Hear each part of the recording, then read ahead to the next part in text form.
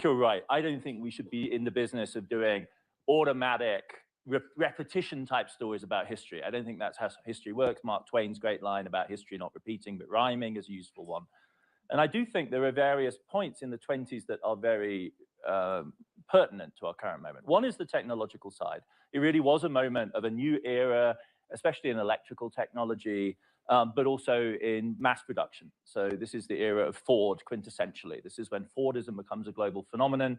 And also a kind of social model. It's a high wage, high effort, high consumption bargain, which stabilizes, in the best case, high levels of consumption and the growth model of the 20th century. But I think more ominously, and I've really got Mark Carney's speech from yesterday, a really astonishing speech in my mind, is that one of the things we prefer to forget about the 20s is that it is, to most contemporaries, the first moment of unipolarity. This is the moment they think liberal power is triumphant. Why? Because the liberal powers won World War I. The 20s follow World War I, an epic revolutionary war, the first total war. And the powers that prevail are the powers that, in a sense, for a while still held the ring and the end of whose hegemony Mark Carney was talking about yesterday afternoon. In other words, the British Empire, the French Empire, and the United States. Two republics, the liberal empire par excellence, and Russia was their only ally, and it succumbs to revolution in 1917 and becomes a more radical power. And the basis for their power was money. It was finance. It was the dollar's hegemony in the 1920s that was supposed to anchor this world that was otherwise really fragile. So for me, the haunting evocation of the 20s is this was I mean collectively, people like us's first effort at stabilizing the world. And we failed at the politics, famously, at Versailles and in the League of Nations. We thought that a good substitute would be technology and finance. And for a while in the 1920s, that formula looked like it would work, because in the end, the gold standard system became an increasingly dollar-centered system. And the hubris and the failure of imagination and the failure of politics never provided the underpinnings for that structure. That was not a moment I expected to have in my life, to be speaking about the 1920s and have Madame Lagarde appear on stage. Little hubris. But the discrepancy between the power of economics, the power of production, and the reliance on money, and notably the dollar, and the failure in that context to build deep political connections, for me, is really what the 20s stand for. And that is why, for me, it's so resonant in the current moment, because the crucial power here is the United States. The crucial power in the 20s was the United States. Those new technologies were American. The money that mattered was American. And it's America that essentially for domestic political reasons, defaults on its hegemonic obligations. Madame Lagarde, I want to welcome you. Thank you for joining us. We're very happy to have you. And I would actually go to you if I could, just for a moment. Wait, just now. Just now. But I'll tell you why. Because you gave a speech back in the fall of 2024. And you said that you believed, actually, that there was a parallel taking place between the AI bubble in the 2020s and 1920s and 2020s. And you said, today, like back then, we are seeing setbacks in global trade integration at the same time as strides forward in technological progress. We were trying to sort of put this moment in a historical context. And so I was hoping you could elaborate and explain what you meant by that. Very happy to. Thank you so much for having me. And I'm sorry I'm late, but initially it was scheduled at 9 and I had something really committed at 8:15 and I had to run from wherever I was. So I trust that Adam went through the political similarities, divergences, and I don't want to venture there. What I meant in my speech, which was back in 24, so things have changed since that, and they have not changed for the better. What I meant to compare is the technological breakthrough that took place in the 1920s. Whether you look at the size and scope of the electrical grid, whether you look at the combustion engine and its developments, whether you look at the assembly lines that were developing, those were technological breakthrough that took place in those years and decades. At the same time, you also had a stock market that was doing very well. And what we observed in the 20s, and maybe Adam, you went through that, is a significant change in the global trade. I wouldn't call it a collapse, but it went from 21% of GDP roughly down to 14% in a matter of a few years.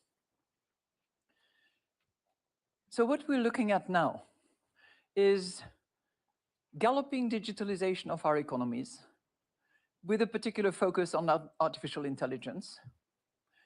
We're seeing stock markets that are doing extremely well, particularly, well, not only in advanced economies, but also in emerging market economies. And we are seeing a fragmentation of geopolitics, more on that and to be continued, which is accompanied by an increase of the tariff, of the import and export restrictions in almost all categories of products. So, and this is unprecedented as long as WTO observes those restrictions. We're not seeing yet the collapse of trade in the numbers that I have mentioned. Not yet. It's still holding. It's declining a bit, but it's still holding. Question is that going to hold? But the key point that I would like to make, if you give me a little more time, is that the big difference between the 20s and now, in a way, which makes the current situation more unpredictable and probably more icy. I just came back from this cold out there, so icy is a good word for that. Is the fact that those breakthrough of the 1920s could diffuse, to use a colloquial language, could diffuse within boundaries, within national territories. You did not necessarily need, in those days, the scale, the network effects that you need now. Now, if you ask the big Gs in digitalization and the big spenders in artificial intelligence, and just for memory, to develop a frontier model today requires about $1 billion. If you ask them what they need, they will say access to data as large as possible. They will say scale in order to really amortize the investment cost of the development of models. Now that would be significantly jeopardized if we have limited access to data because of different privacy laws around the world, and more protectionist barriers that would prevent the scaling of these investments.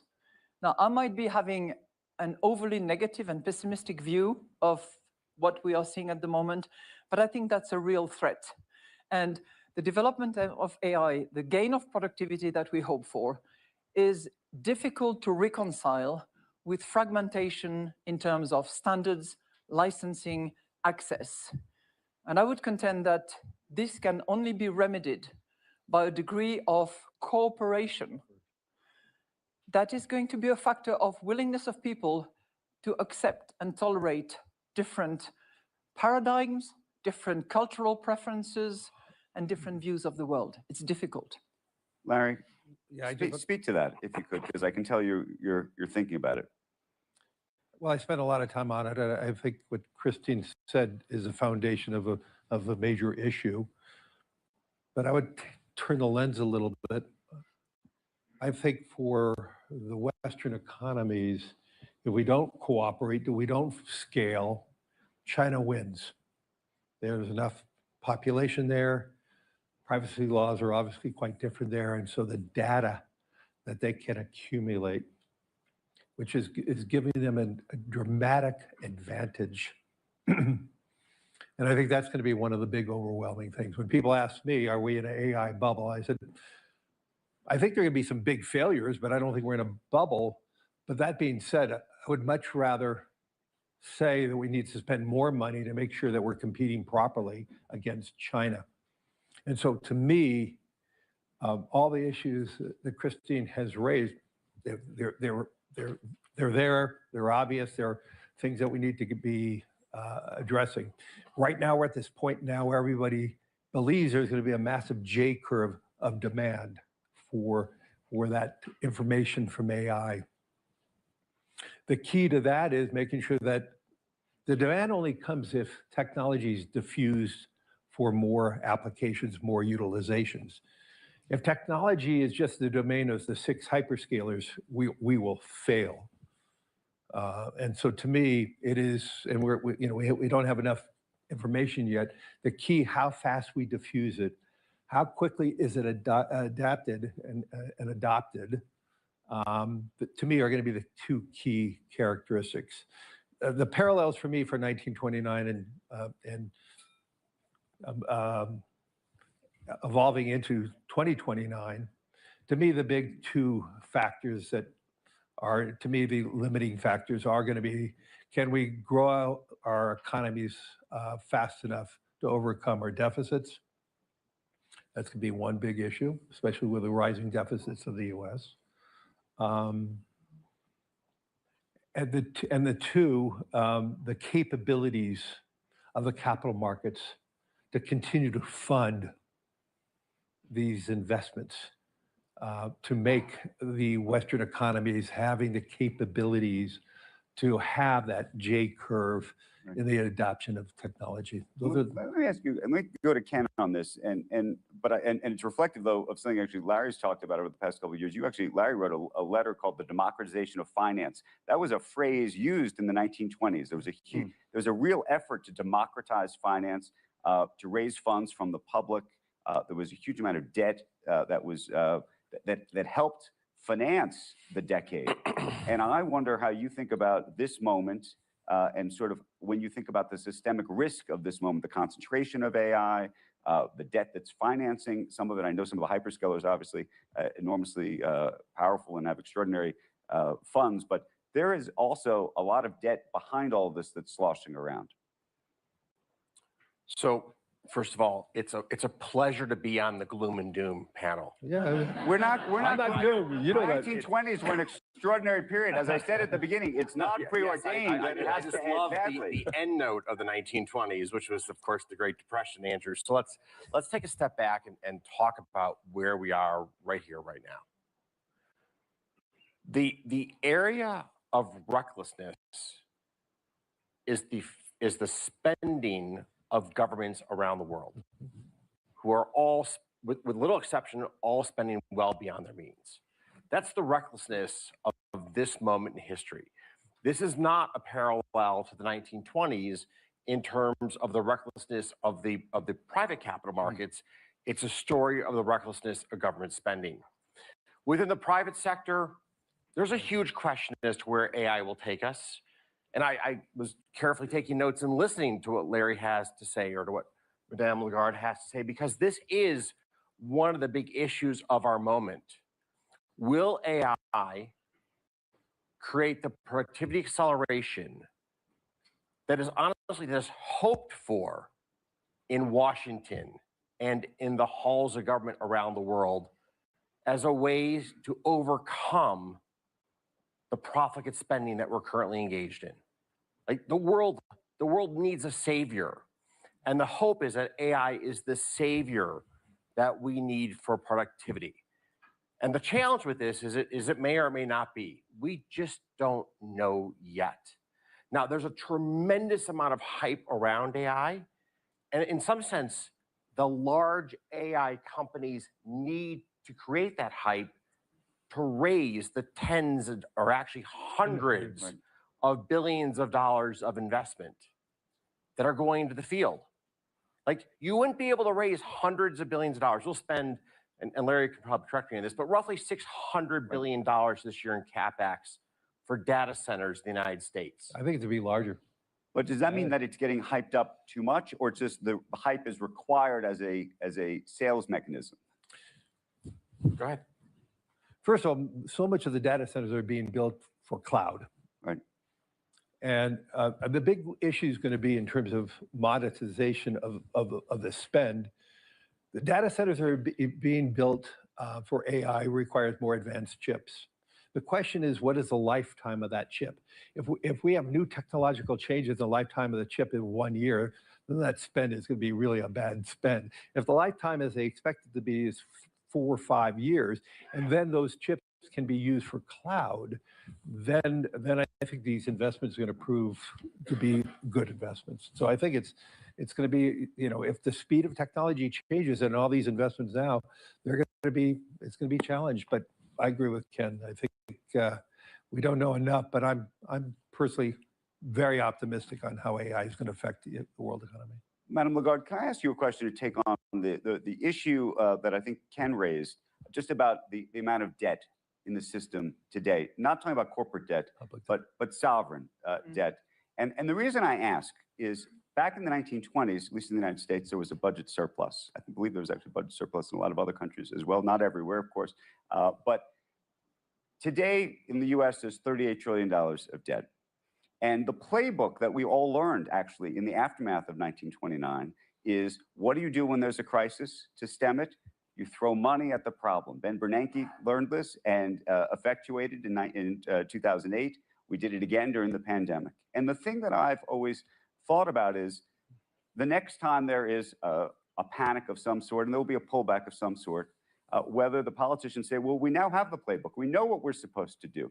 And we're going to write a check for $5 trillion because that's what we're supposed to do. Except that we keep wondering, is there some kind of invisible line in the bond market around the world that turns into a red line where the investor class says, we're not doing it anymore. And then by the way, you get into sort of an austerity vicious cycle. Two things. I'm not going to address your question right away because I want to come back to a point that was made by both Larry and Ken, I think. And I'm not denying that investment in artificial intelligence can be extremely net positive and will deliver productivity gains, the amount of which is questionable. And you have a spectrum that is quite large as to how much it will deliver. But I think that, to come back to my minimum cooperation needed for that, we also have to consider that it's capital intensive, energy intensive, and data intensive. And we have to be mindful of the three. In terms of energy intensity, what kind of energy is being used to manage data will matter. What the consequences will be on the people will matter as well. So I think that in this cooperation approach that we have, which will have to take care of data privacy, for instance, and preferences in different corners of the world, we also need to be mindful of the energy consumption and what kind of energy it is and what impact it has on climate. And number two, we have to be mindful of the consequences for people. Because unless we move in this dream world of Keynes, where working is a choice in a way, which I don't see on the medium-term horizon, we have to understand what consequences it has on people, unless we want to risk a dislocation of society. Now, I come back to your point. Yes, debt has increased massively and is increasing in some corners more than others. I think the real question is, what is done with that financing that the sovereigns are accumulating? Not all debts are the same. Debt that is invested in necessary, productive projects or necessary for security purposes will always find people to finance it. That's my assumption. Debts that are not for productive purposes, that are not going to sustain growth on a sustainable basis, that will be far more difficult. So I'm not going to tell you that there is a red line. I'm not going to tell you that central banks will always be around either. But I think that the nature of the purpose for which debt is subscribed will matter more than the actual volume. Speak to what you did. You just said something very interesting. No, I'm not going to speak more to it. No to the idea that central banks might not always be around. What did you mean by that? Look, I went through my lot of crises, as many of you have as well.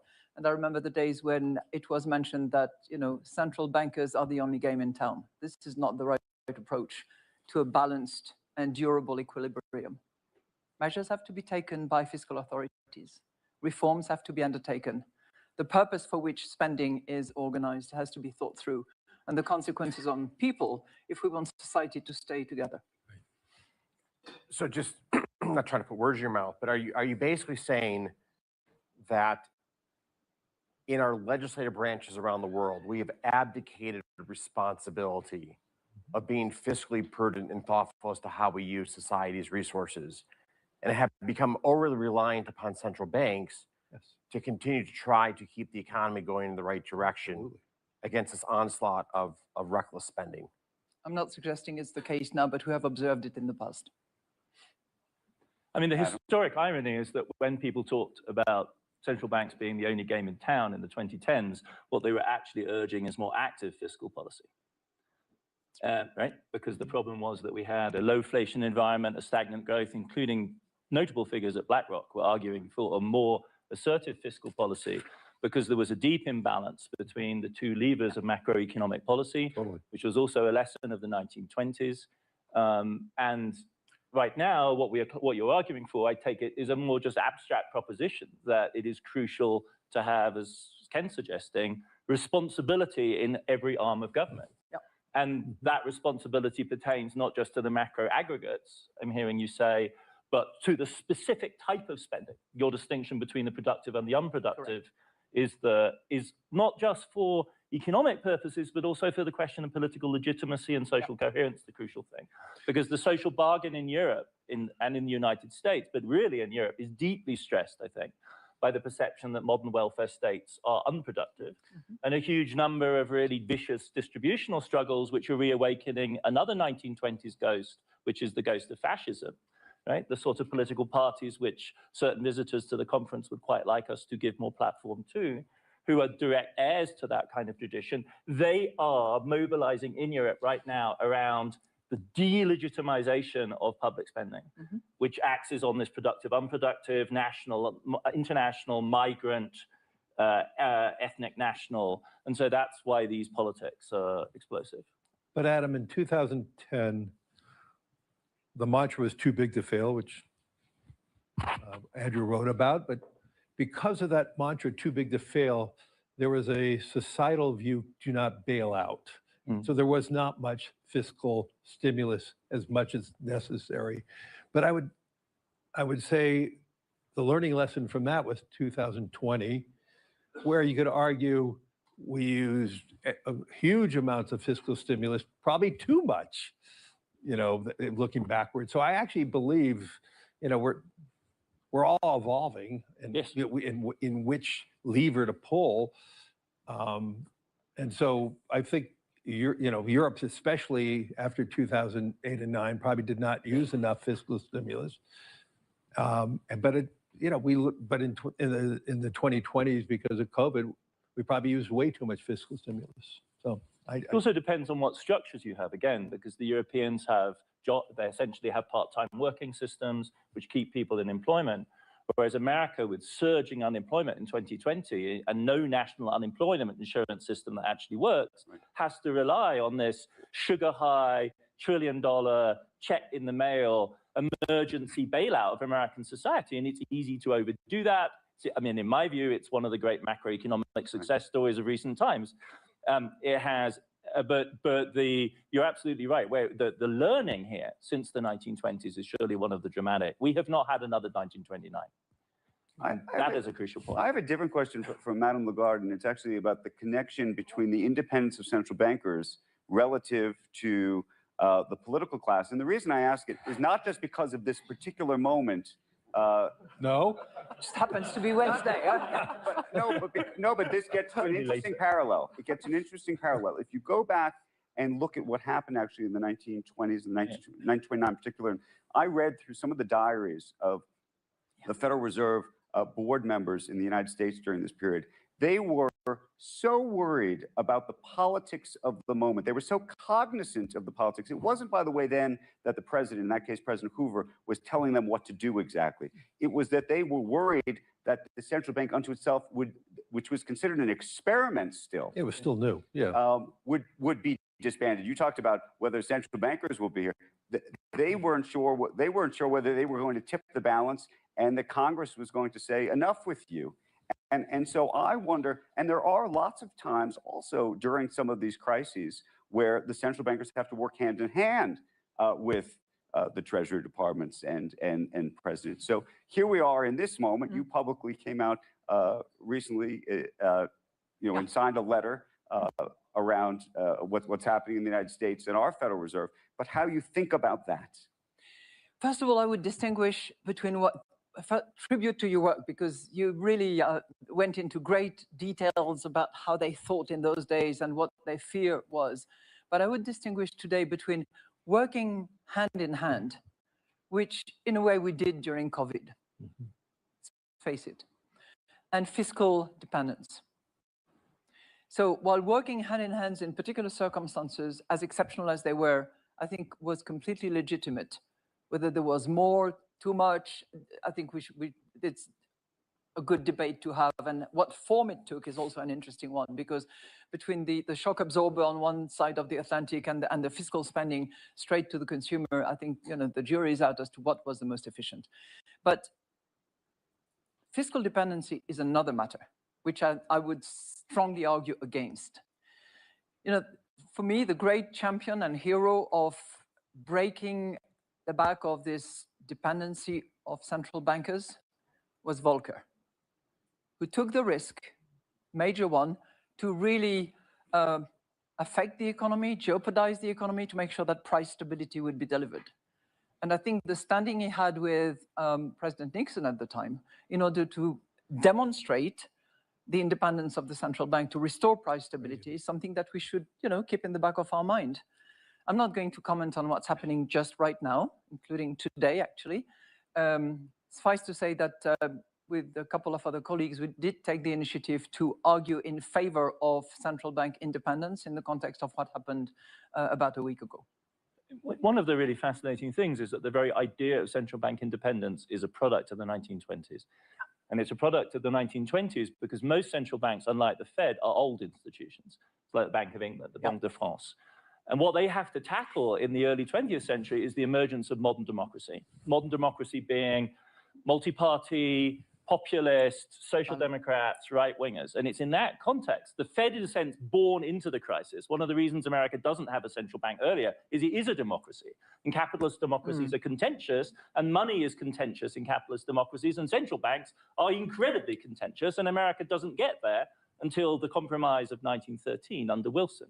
Whereas the others, the British, the French, the Germans, of course, have to actually figure out what it means to do market-centered, finance-centered, bank-for-banks banking in an actual live social democracy. And it's out of that this notion, from the very beginning, it was always agonistic to populist democracy. From the 1920s onwards, like the phrase is Montague Norman's phrase, knave-proof, right? You want to make the central bank knave-proof, which has a certain resonance in the current moment, right? You need to make the central bank institutions proof against those kind of pressures.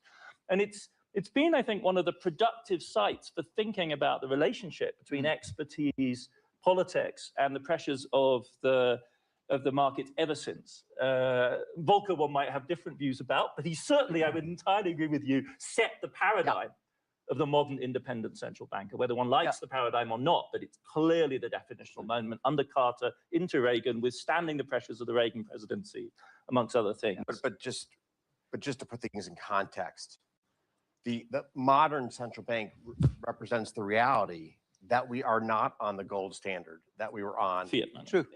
Back 150 years ago. And I'm not advocating we should be on a gold standard. It's just a very different world. And then the second salient difference between today and going back 100 some years ago is that debt is ubiquitous. Yeah. And in a market economy where debt is ubiquitous, deflation is terrifying. Well, this is the reality after World War I in the 20s, though. Debt is ubiquitous. Debt to GDP levels in Europe are higher than they'd ever been before after World War I, and no one's on the gold standard after World War I. So in fact, they have to manage democracy, deal with 140, 150% of GDP debt, and figure out how you're going to do central banking. And amazingly, they opt for the gold standard.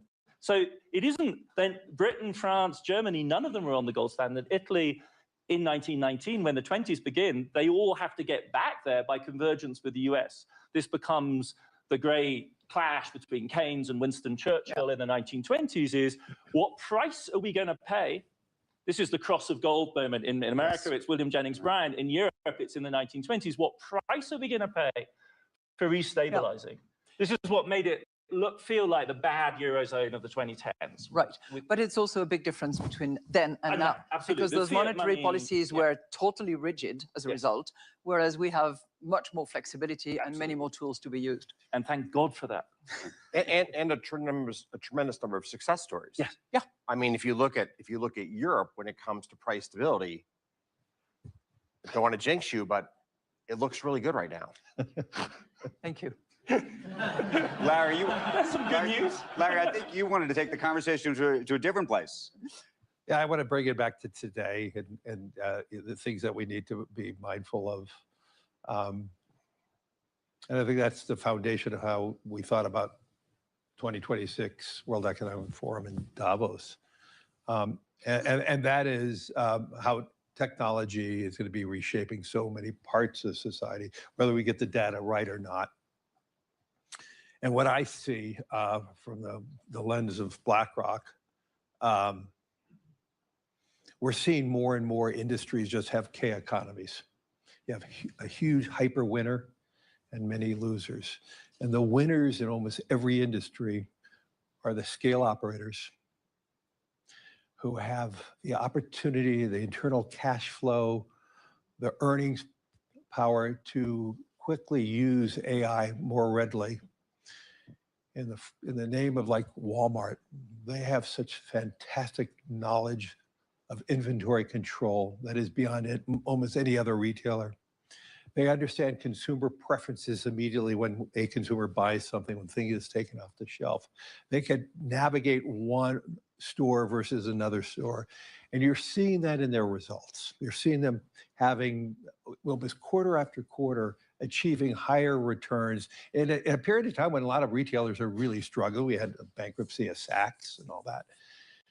And I see that in every industry. And we're probably going to see that maybe in every country, that the scale operators right now are winning.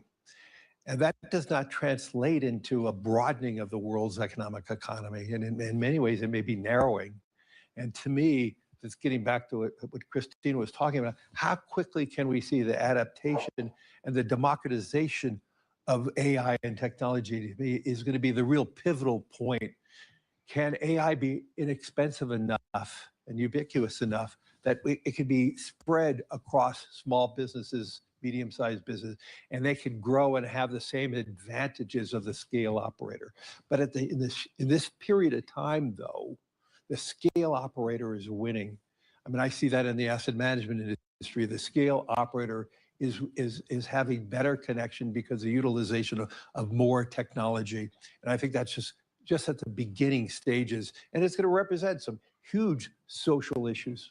Can I just pivot for a moment and just throw one other big issue that happened, not actually in the 1920s, but technically in 1930, that I think is very much on everybody's mind here, talking about parallels, which is that in 1930, President Hoover, who had gone around so desperate to get votes to win the election in 1928, to get votes from farmers, that he pledged to them that he was going to implement tariffs.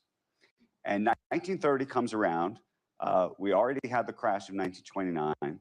Every economist and banker went down to Washington on their knees and said, please don't do this. I beg you, do not implement these tariffs. And of course, because he had made this pledge to capture these votes, he said he needed to go forward with it. And then, of course, a year later, trade had fallen by 60%. I'm curious how you think about that in the context of where we are now. I imagine the president may even speak about tariffs later today. And also not just what happened in that moment when trade dropped by 60%, but how long it took for some of those tariffs effectively, and because of the politics, to effectively get unwound and moved us into a more global order that may be getting undone in this particular moment. Who wants to take that on? I mean, I hear Larry's steer to not say much more about history. So I'm going to pivot to the present and say the big difference is this issue with fiat currency. Because what really drove the collapse of global trade in the early 30s is the combination of tariffs with currency disorder, the collapse of the gold standard in 31, and then the introduction of massive amounts of quotas. And we are a very long way away from that kind of world in the current moment. So bad as these are, these looks much more like classic trade war kind of tariffs. It's not great, especially given the volatility of the tariff regime in the moment. That's what really makes it odd, just historically, is that we just literally don't know from week to week what the American tariff will be. But that, I think, is a kind of relatively calming. This is one of the axes I don't see any cause for panic over. Do you see, though, I'll go to Madam Lagarde, do you see these tariffs as a permanent state? If we're all sitting together 20 years from now, would the tariffs that we're all living through today still be in place to some degree, and that splintering of what our globe looks like and the kind of conversations we have I certainly hope not, but let's see in 20 years' time. You might be here, I might not. But you know, again, I think what matters is to sort of go under the skin of those tariffs and see who is bearing the brunt of it. And we might be surprised. You know, I haven't seen many studies, but there is certainly a study by the Kiel Institute in Germany that identifies the US consumer and the US importer as the key carrier of the burden of tariff. If I look at the US-Europe relationship at the moment, from 2% tariffs back a year ago, we are now at 12 point something tariffs average across the euro area. With the threat that is looming around, we would move up to 15% on average with heterogeneity. If 96% of that is on the US consumer and the US importer, I don't think that's a very good outcome, particularly in terms of inflation. So I think we need to really go into what are the consequences, what is the spillover impact, what is the inflation outcome as a result, and how is growth affected by that? Ken, you've been doing the math on that. What do you think? So, you know, obviously, I've spoken out on this topic over the course of the last year and change, and regretfully, I think some of the concerns that I've highlighted have played out. Tariffs have been regressive on the American consumer, and we've seen the administration roll back tariffs on goods that directly touch the American consumer. Not all goods, but many goods they've rolled back tariffs on. Number two is who pays for the tariff, right? With any tax, and a tariff is a tax, there's always a question, who pays the tax?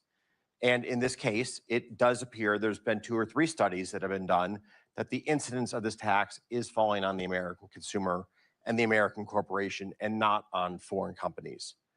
And then, of course, cronyism is a constant fear with tariffs, that you create an environment where the company most connected to Washington is the company that curries favor.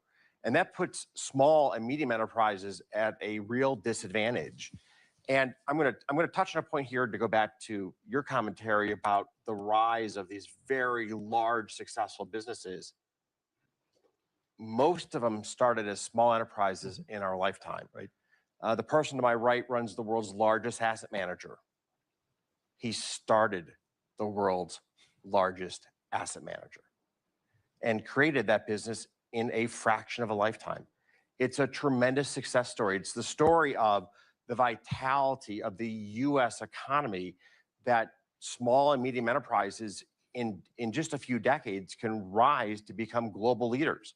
In fact, if we look at the AI firms of today, everyone was talking about Anthropic and OpenAI. Anthropic didn't exist a few years ago. OpenAI didn't exist 15 years ago. NVIDIA was a company that made video game processors. The 3 largest mindshare names in AI are all effectively less than roughly 10 years old. And it's that vitality that draws capital to the United States that does fuel the economic prosperity of America. And we need to continue to protect the opportunity sets for our small and medium enterprises, because you never know which one will be the next BlackRock, the next Anthropic, Apple, and so on. Larry, I have a technology question for you. One of the reasons we actually did have a crisis in 1929 was the technology, meaning the New York Stock Exchange, couldn't keep up with the trading volume, in truth. I mean, the reason why you see those famous pictures in black and white of people standing, thousands of people standing outside the New York Stock Exchange during October 1929. Process. They were standing out there because they were trying to find out what was happening to their money. They didn't know because the processing was so behind. Today, we can get this information on our phone and down to the millisecond. It's almost perfected. At the same time, however, talk about the idea that rumors can spread and spread quickly. You know, in the old days, it took a long time for sort of a bad rumor to spread.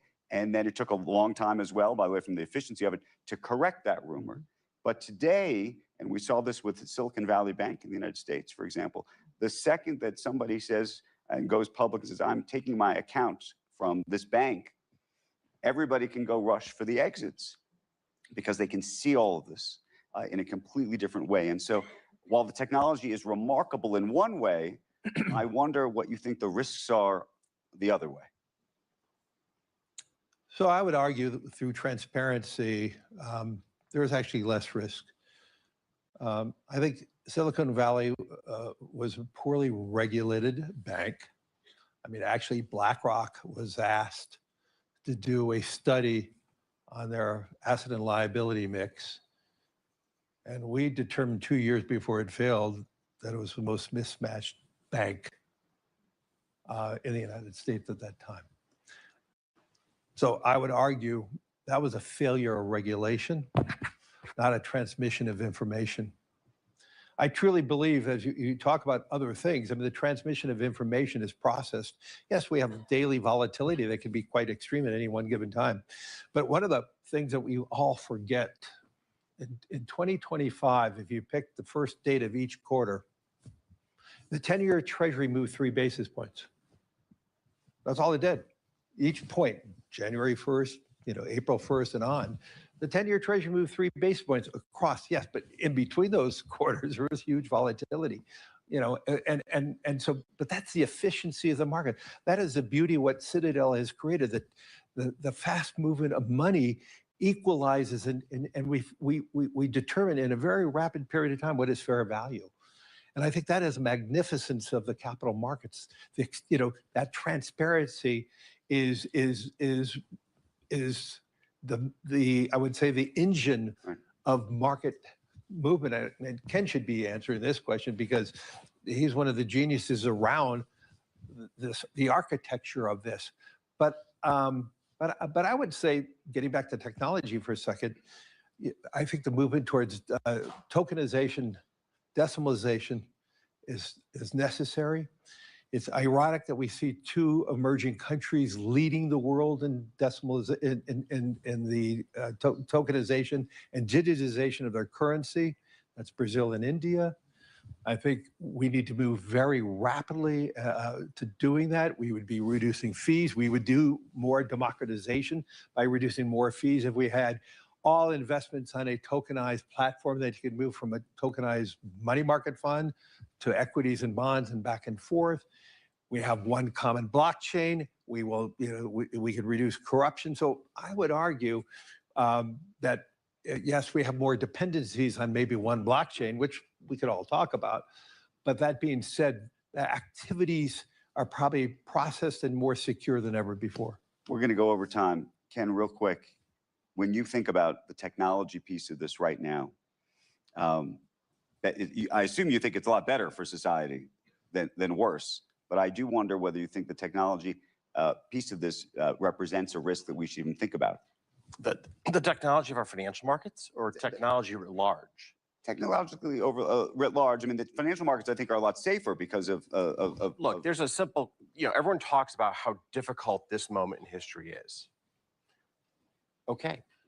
You can live your life you have today or be born as the King of England 200 years ago. Which life would you rather have? What comes next? Depends on whether you. Final word. Adam, Final word to Madame Lagarde. We're out of time. One's you or not? In history, what year do you think we really are in?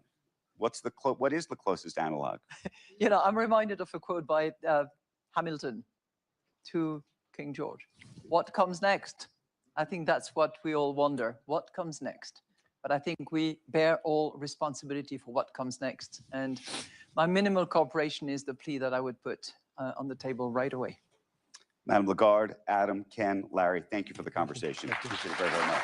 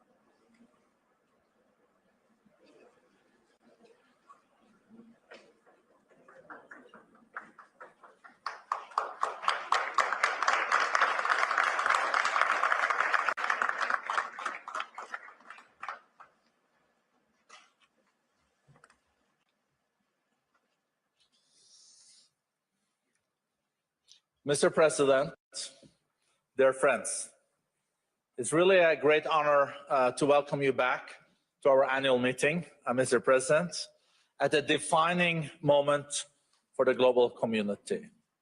It's 10 years since you were here last time, and as we just spoke about in the speaker's room, a lot has changed in a decade.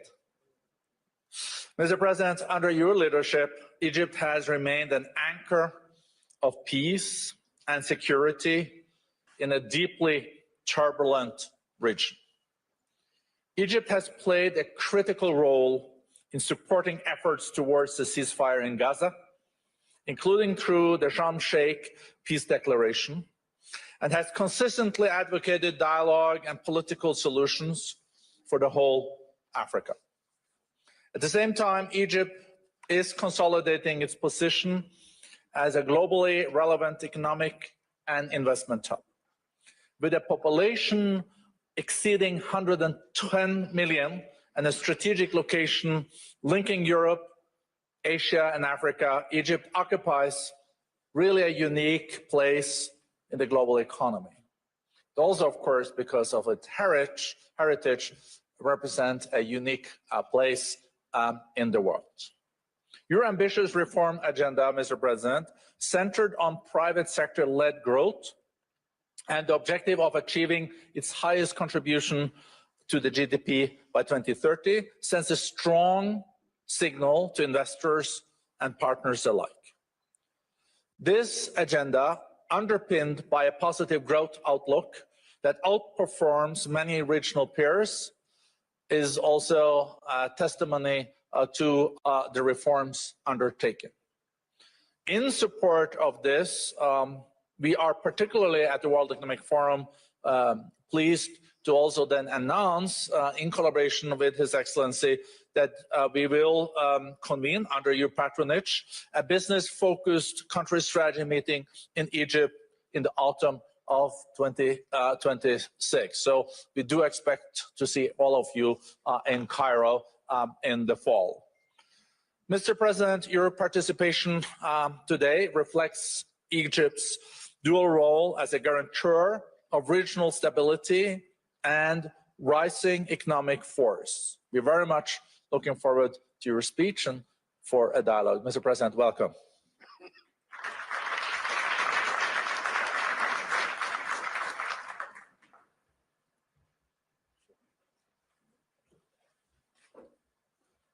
بسم الله الرحمن الرحيم. السيد بورج براندي الرئيس والمدير التنفيذي للمنتدى الاقتصادي العالمي، السيدات والسادة الحضور، يسعدني في مستهل كلمتي أن أتوجه بخالص الشكر والتقدير إلى السيد بورج براندي على دعوته الكريمة للمشاركة في الاجتماع السنوي للمنتدى الاقتصادي العالمي.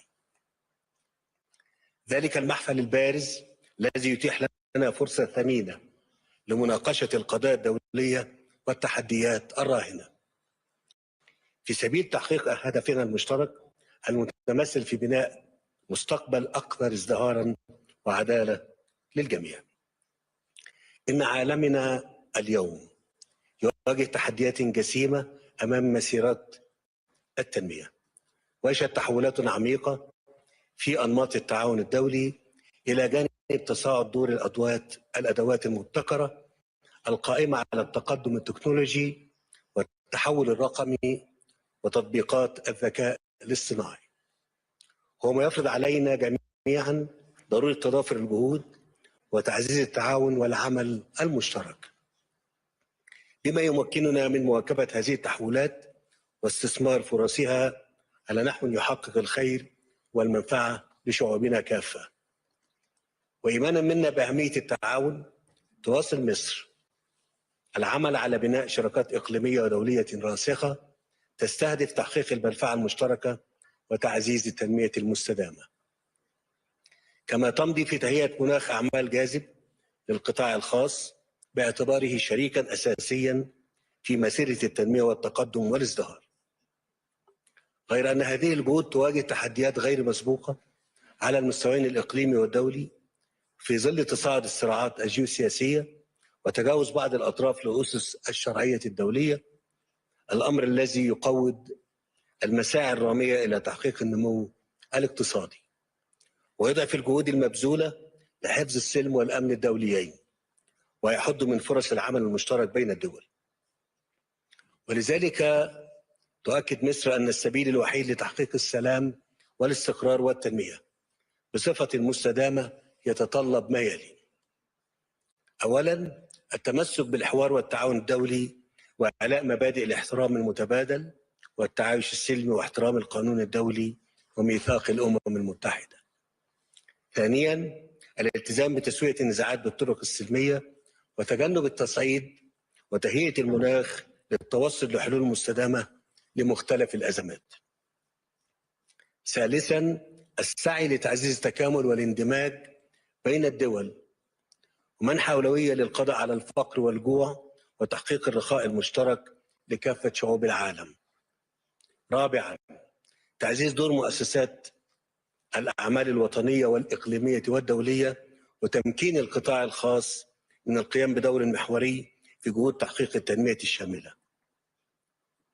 السيدات والسادة، لا تزال القضية الفلسطينية تتصدر أولويات الاهتمام في منطقة الشرق الأوسط، إذ تمثل جوهر الاستقرار الإقليمي وركيزة أساسية لتحقيق السلام العادل والشامل. وفي هذا السياق أود أن أعرب عن تقديري لجهود الرئيس دونالد ترامب والتزامه بوقف الحرب في قطاع غزة وما بذله من مساع لتخفيف المعاناة الإنسانية التي أثقلت كاهل الشعب الفلسطيني الشقيق على مدار أكثر من عامين.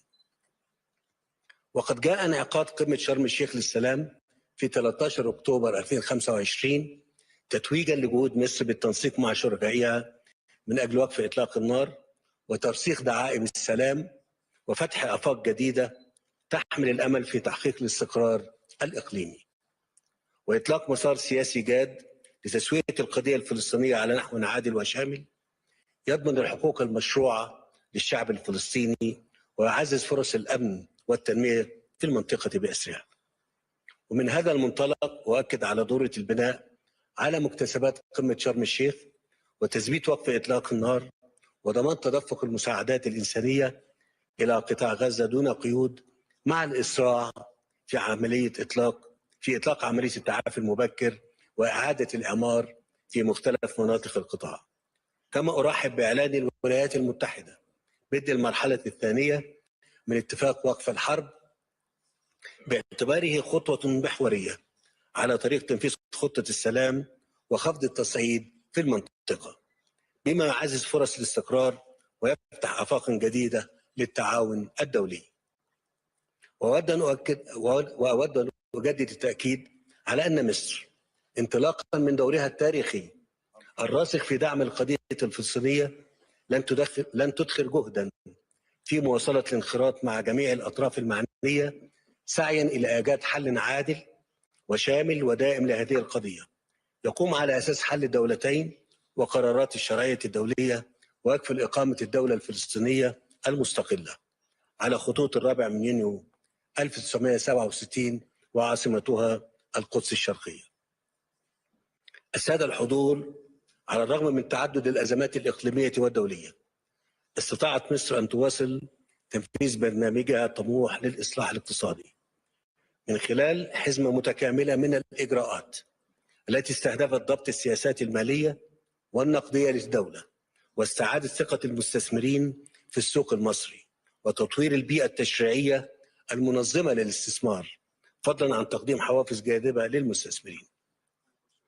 وقد أولت مصر أولوية خاصة لتعزيز دور القطاع الخاص باعتباره شريكا رئيسيا لا غنى عنه في تحقيق النمو والتنمية الاقتصادية، فوضعت سقفا للاستثمارات الحكومية وأطلقت خطة مدروسة لتخارج الدولة من بعض الاستثمارات العامة، بما يفسح المجال أمام القطاع الخاص لتوسيع مساهمته في النشاط الاقتصادي. أثمرت هذه الجهود عن تحسن ملحوظ في مؤشرات الأداء الاقتصادي وارتفاع معدلات النمو وزيادة تدفقات الاستثمار الخاص، إلى جانب إشادة واسعة من مؤسسات التمويل الدولية وعلى رأسها صندوق النقد الدولي، فضلا عن قيام مؤسسات التصنيف الائتماني العالمية برفع التصنيف الائتماني لمصر.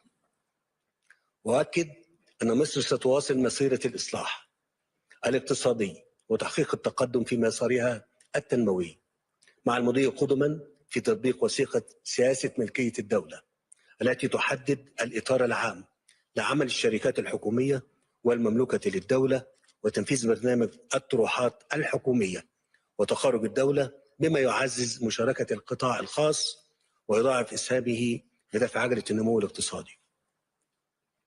السيدات والسادة، يمثل السوق المصري اليوم مجالا مليئا بالفرص الاستثمارية في مختلف القطاعات، حيث تحرص الدولة على توفير التسهيلات والحوافز اللازمة، لا سيما في مجالات الطاقة الجديدة والمتجددة وصناعة السيارات، بما في ذلك السيارات الكهربائية، إلى جانب الصناعات الدوائية واللوجستية وقطاعات الاتصالات وتكنولوجيا المعلومات، خاصة تطبيقات الذكاء الاصطناعي.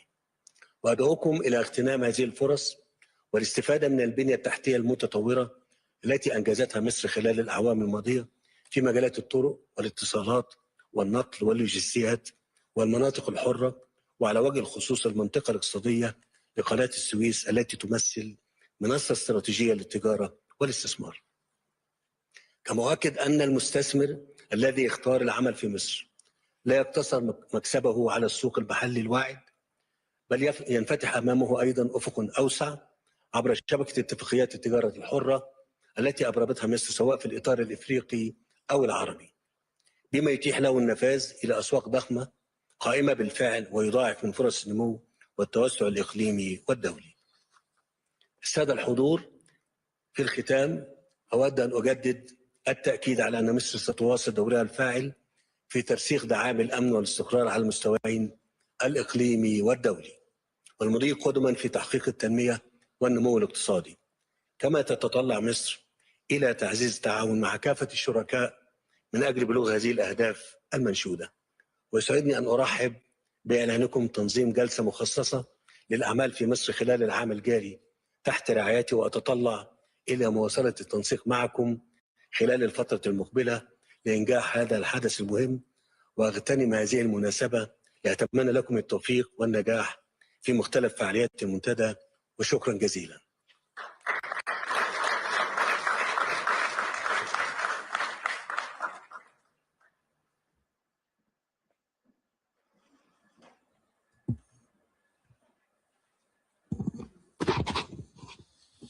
Mr. President, thank you so much for your speech.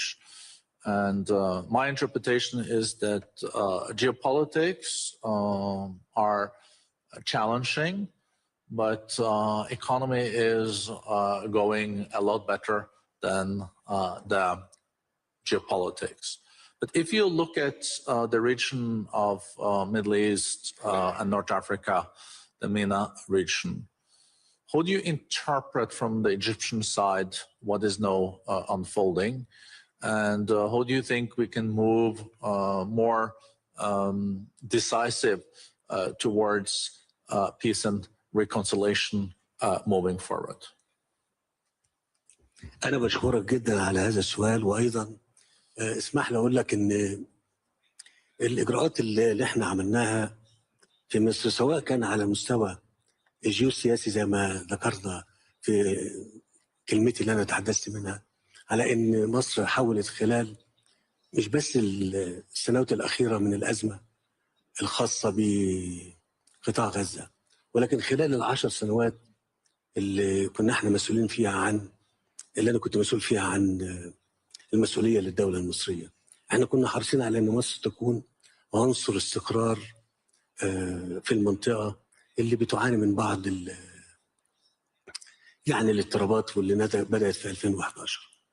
واحنا ما نسيناش واحنا بنعمل ده ان نكون عامل الاستقرار. احنا كنا عارفين كويس ان احنا لابد ان احنا نبذل جهود كبيره جدا على الصعيد الاقتصادي في مصر لتجهيز الدوله عشان يعني تنطلق في هذا المجال لتحقيق اهداف التنميه المستدامه اللي احنا وضعناها حتى 2030. وخلينا اتكلم هنا، انا ذكرت في كلمتي ان احنا عملنا اجراءات كثيره جدا تهدف الى جذب القطاع الخاص وتجهيز البنيه التحتيه في مصر. وده امر ممكن يتقال عنوان صغير ان عملنا بنيه تحتيه مناسبه، لكن انا بتصور ان كان من ضمن عناصر البنيه التحتيه هو عامل الاستقرار ايضا اللي احنا حرصنا على انه احنا يبقى موجود. وهنا انا عايز اقول للمستثمرين ورجال الاعمال والمهتمين بالاستثمار في مصر، مصر مارست سياسه بترتكز على دعم الاستقرار والحفاظ عليه، مش بس داخل الدوله المصريه، حتى في محيطها الاقليمي والدولي. وكانت دايما مشاركتها ايجابيه في هذا الامر، مش عشان تحافظ على مناخ الاستثمار في مصر، لا، كهدف من اهداف الدوله المصريه بالحفاظ على او استعاده الاستقرار اللي تعرضت به المنطقه خلال السنوات العشر الماضيه. اذا لو انا اتكلمت على جيوسياسي فيما يخص الدور المصري، كان دور ايجابي جدا جدا في تحقيق الاستقرار سواء للدوله المصريه او للمنطقه ما امكن. ويمكن ده تجلى زي ما انا قلت برضو في اكتوبر 2025 بمؤتمر شرم الشيخ لقضيه من اصعب القضايا اللي مرت خلال العشر سنين اللي فاتوا، هي قضيه الحرب في غزه واللي استمرت تقريبا سنتين. واللي احنا بنتمنى ان دورنا الايجابي ده يتكلل بيه ان المرحله الثانيه اللي تم اطلاقها بواسطه الرئيس تنجح وكل الدعم ليها سواء مننا او من المجتمع الدولي. ارجع تاني مره، ده شق كنا شايفينه انه مهم جدا في الحفاظ على يعني مناخ مناسب للاستثمار في مصر. لكن جوه مصر احنا عملنا، وانا يمكن بوسع قوي في اجابه السؤال او التعليق على الكلام، احنا بذلنا جهد كبير جدا جدا حتى نقوم بتنفيذ بنيه اساسيه متطوره في مصر.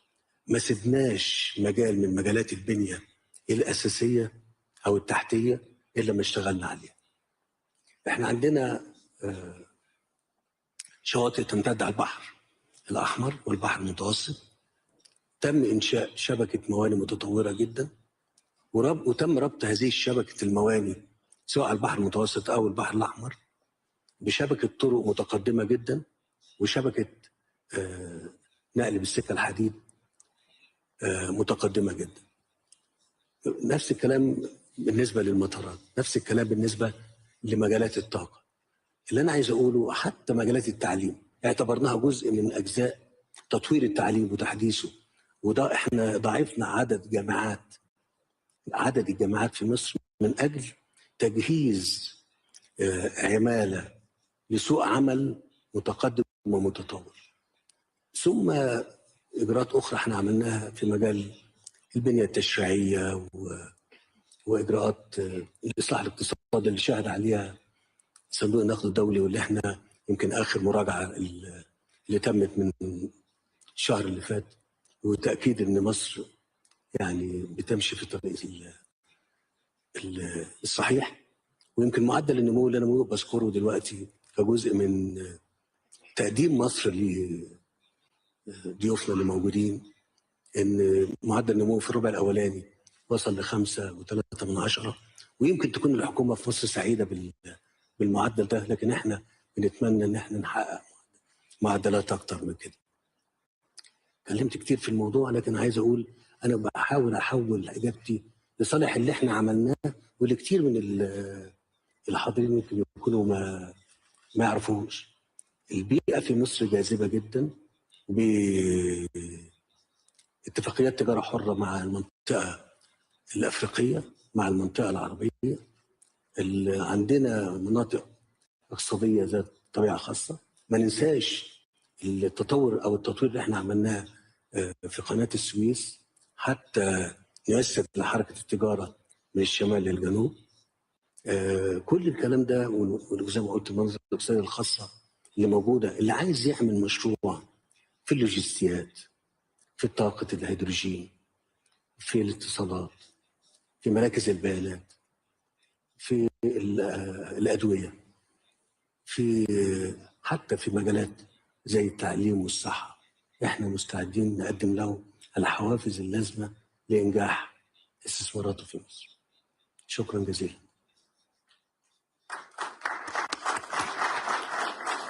No, thank you so much, Mr. President. I think this gave like an excellent overview of the region, but also the reforms. We have a few minutes left, so I would like to touch on two things. Let me start with maybe the easiest. It is how Egypt is now also, with the reforms you mentioned, adjusting to the new economic reality. Because since last time you were here, a decade ago, no one spoke about artificial intelligence. There were almost no electrical vehicles. Things are changing very much, and the growth in the years to come will be strongest in digital trade and in these new technologies. And how do you prepare Egypt for that? I think you already touched on some of the reforms there that will apply, but just to also focus with such a young population, I guess you also have big opportunities because this young generation is very tech savvy. صحيح. أنا بس عايز أقول إن إحنا في مصر الخطة كانت خطة شاملة لإعداد الدولة مش يعني لجذب المستثمرين وأيضا للانطلاق للمستقبل. فأنا المجالات بتاعت الذكاء الاصطناعي وموضوع السيارات الكهربائية ومجالات أخرى كتير أيضا احنا بنتحدث عنها. احنا اتكلمنا على ان احنا على سبيل المثال في تجهيز الدولة كبني أسامي اتكلمت عليها سلفا، يعني بقول تاني ان احنا عملنا حوافز للمستثمرين في المجالات اللي احنا بنستهدف ان هي تاخد قوة دفع اكبر. ان احنا حاولنا يكون لدينا الطاقة اللازمة عشان تنجح هذا المسار. والطاقة اللي انا بقصدها مش طاقة فقط طاقة كهربائية مثلا اللي احنا ضاعفناها، لكن انا بتكلم على طاقة اعداد جيل من الشباب في الجامعات المختلفة في علوم الذكاء الاصطناعي والاتصالات والرقمنة، تهدف إلى أن يكون عندنا، احنا بالمناسبة لدينا أكثر من 30 مليون شاب وشابة أو في التعليم، 25 في التعليم الأساسي وتقريبا من 4.5-5 مليون في التعليم الجامعي. وبالتالي الفرصة عندنا فرصة كبيرة جدا جدا من خلال الاهتمام بأن احنا نجهز جيل قادر على أن هو يستوعب التكنولوجيا ويشارك فيها، ويبقى لو في مجالات بنهدف ان احنا نبقى نحقق فيها طموح كبير حتى 2030، يبقى الشباب ده قادر على ان هو يشارك ويساهم فيها. وبالمناسبه سوق التعهيد في مصر من افضل الاسواق اللي موجوده او المشاركات اللي موجوده على مستوى العالم تقريبا، واحنا بنطمع ان احنا ندخل في مجالات اكتر من كده اكثر تقدما واكثر تخصصا في هذا المجال.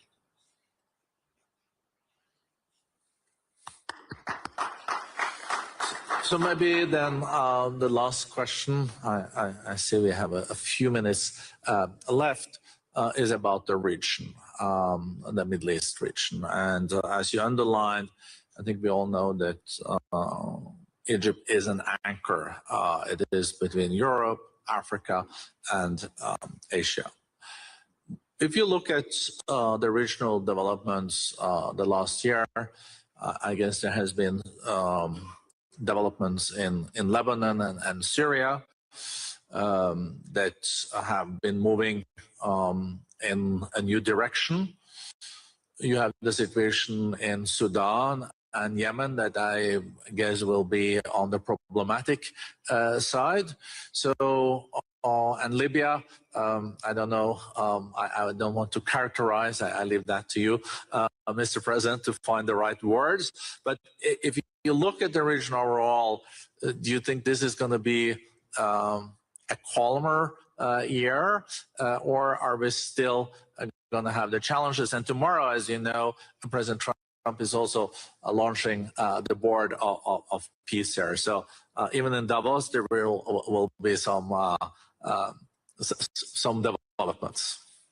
طب خليني اقول لك ان احنا زي ما قلت برضه في المقدمه اللي انا حاولت ان انا اتكلم فيها كتير عن موضوعات مختلفه كشكل من اشكال الحديث عن المنطقه وعن مصر.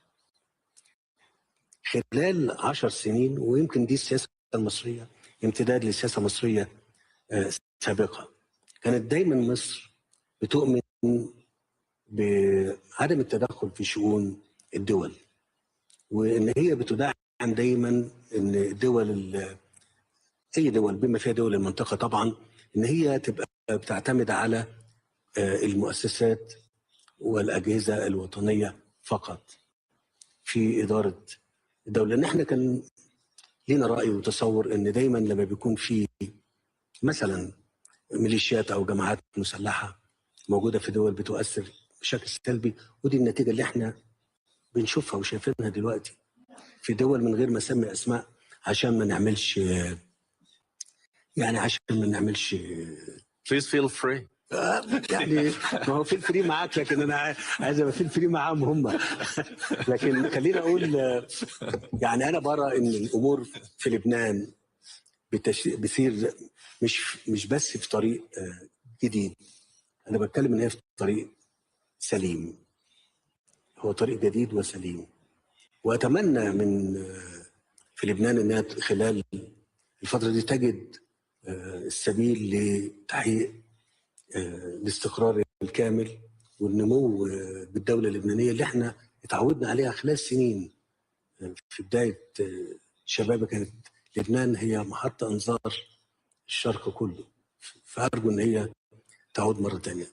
برضو التطورات اللي في سوريا بتؤشر الى ان الامور بتسير في اتجاه اتمنى ان هو يستقبل بان كل اطياف او اطراف الدوله السوريه تبقى بشكل او باخر موجوده داخل يعني هقولها بطريقه ثانيه انه لا يستثنى احد من الحوار ومن المشاركه السياسيه في الدوله السوريه. الدعم اللي موجود مننا لكل الاشقاء في ليبيا، في سوريا، في اليمن، في السودان، في الصومال، لاي دوله في منطقتنا، هي الحرص على الحفاظ على الاستقرار واستعادته، عدم التدخل في شؤون الدول، لان كل دوله لها خصوصيتها واحنا بنحترم هذا الامر حتى لا تتعقد الامور اكتر من اللازم. اذا انا بتكلم على ان الهدف اللي احنا شايفينه واللي احنا اعلناه من 2014 وحتى الان هو استعاده الدوله في ليبيا، استعاده الدوله في السودان، استعاده الدوله في لبنان، استعاده الدوله في سوريا، استعاده الدوله في الصومال، استعاده الدوله عشان تنطلق الدوله تحت قياده وطنيه شرعيه تاخد الدوله وتحل المسائل اللي موجوده. فمصر دورها، وانا مش بقول كلام العالم كله عارف ده كويس، دور ايجابي جدا جدا في محاوله تحقيق الاستقرار في المنطقه المضطربه ديت. وخلي اقول خلال السنتين بتوع الحرب بتوع غزه احنا عندنا مرفق زي مرفق قناه السويس، ده يعني ممر ملاحي عالمي بتمر فيه تقريبا 12% من التجاره العالميه، وتأثر بالأحداث اللي تمت في الوقت دوت. ورغم من تأثير ده احنا حرصنا على ان احنا ايضا نتحمل التأثير. احنا فقدنا ما يقرب من 9 مليار دولار عوائد مباشرة من داخل قناة السويس نتيجة الأحداث اللي حصلت خلال السنتين اللي فاتوا، اللي هم من أكتوبر 23 وحتى وقف الحرب اللي أعلن في شرم الشيخ. تحملنا ده كنا طرف إيجابي في عدم التصعيد رغم الضرر الكبير اللي حصل علينا. هذا الأمر أيضا يعني في قطاع غزة مصر كان دورها إيجابي جدا جدا في محاولة لإطفاء الاقتتال والحرب اللي موجودة طوال مدة الحرب، إدخال مساعدات، محاولة لتخفيف من آثار الحرب وإيقافها. كانت مشاركة إيجابية، وده السياسة المصرية هي سياسة تتسم بالإيجابية والحرص على الاستقرار على المستوى الوطني، على المستوى الإقليمي، على المستوى الدولي. Thank you so much for your strong speech and excellent answers.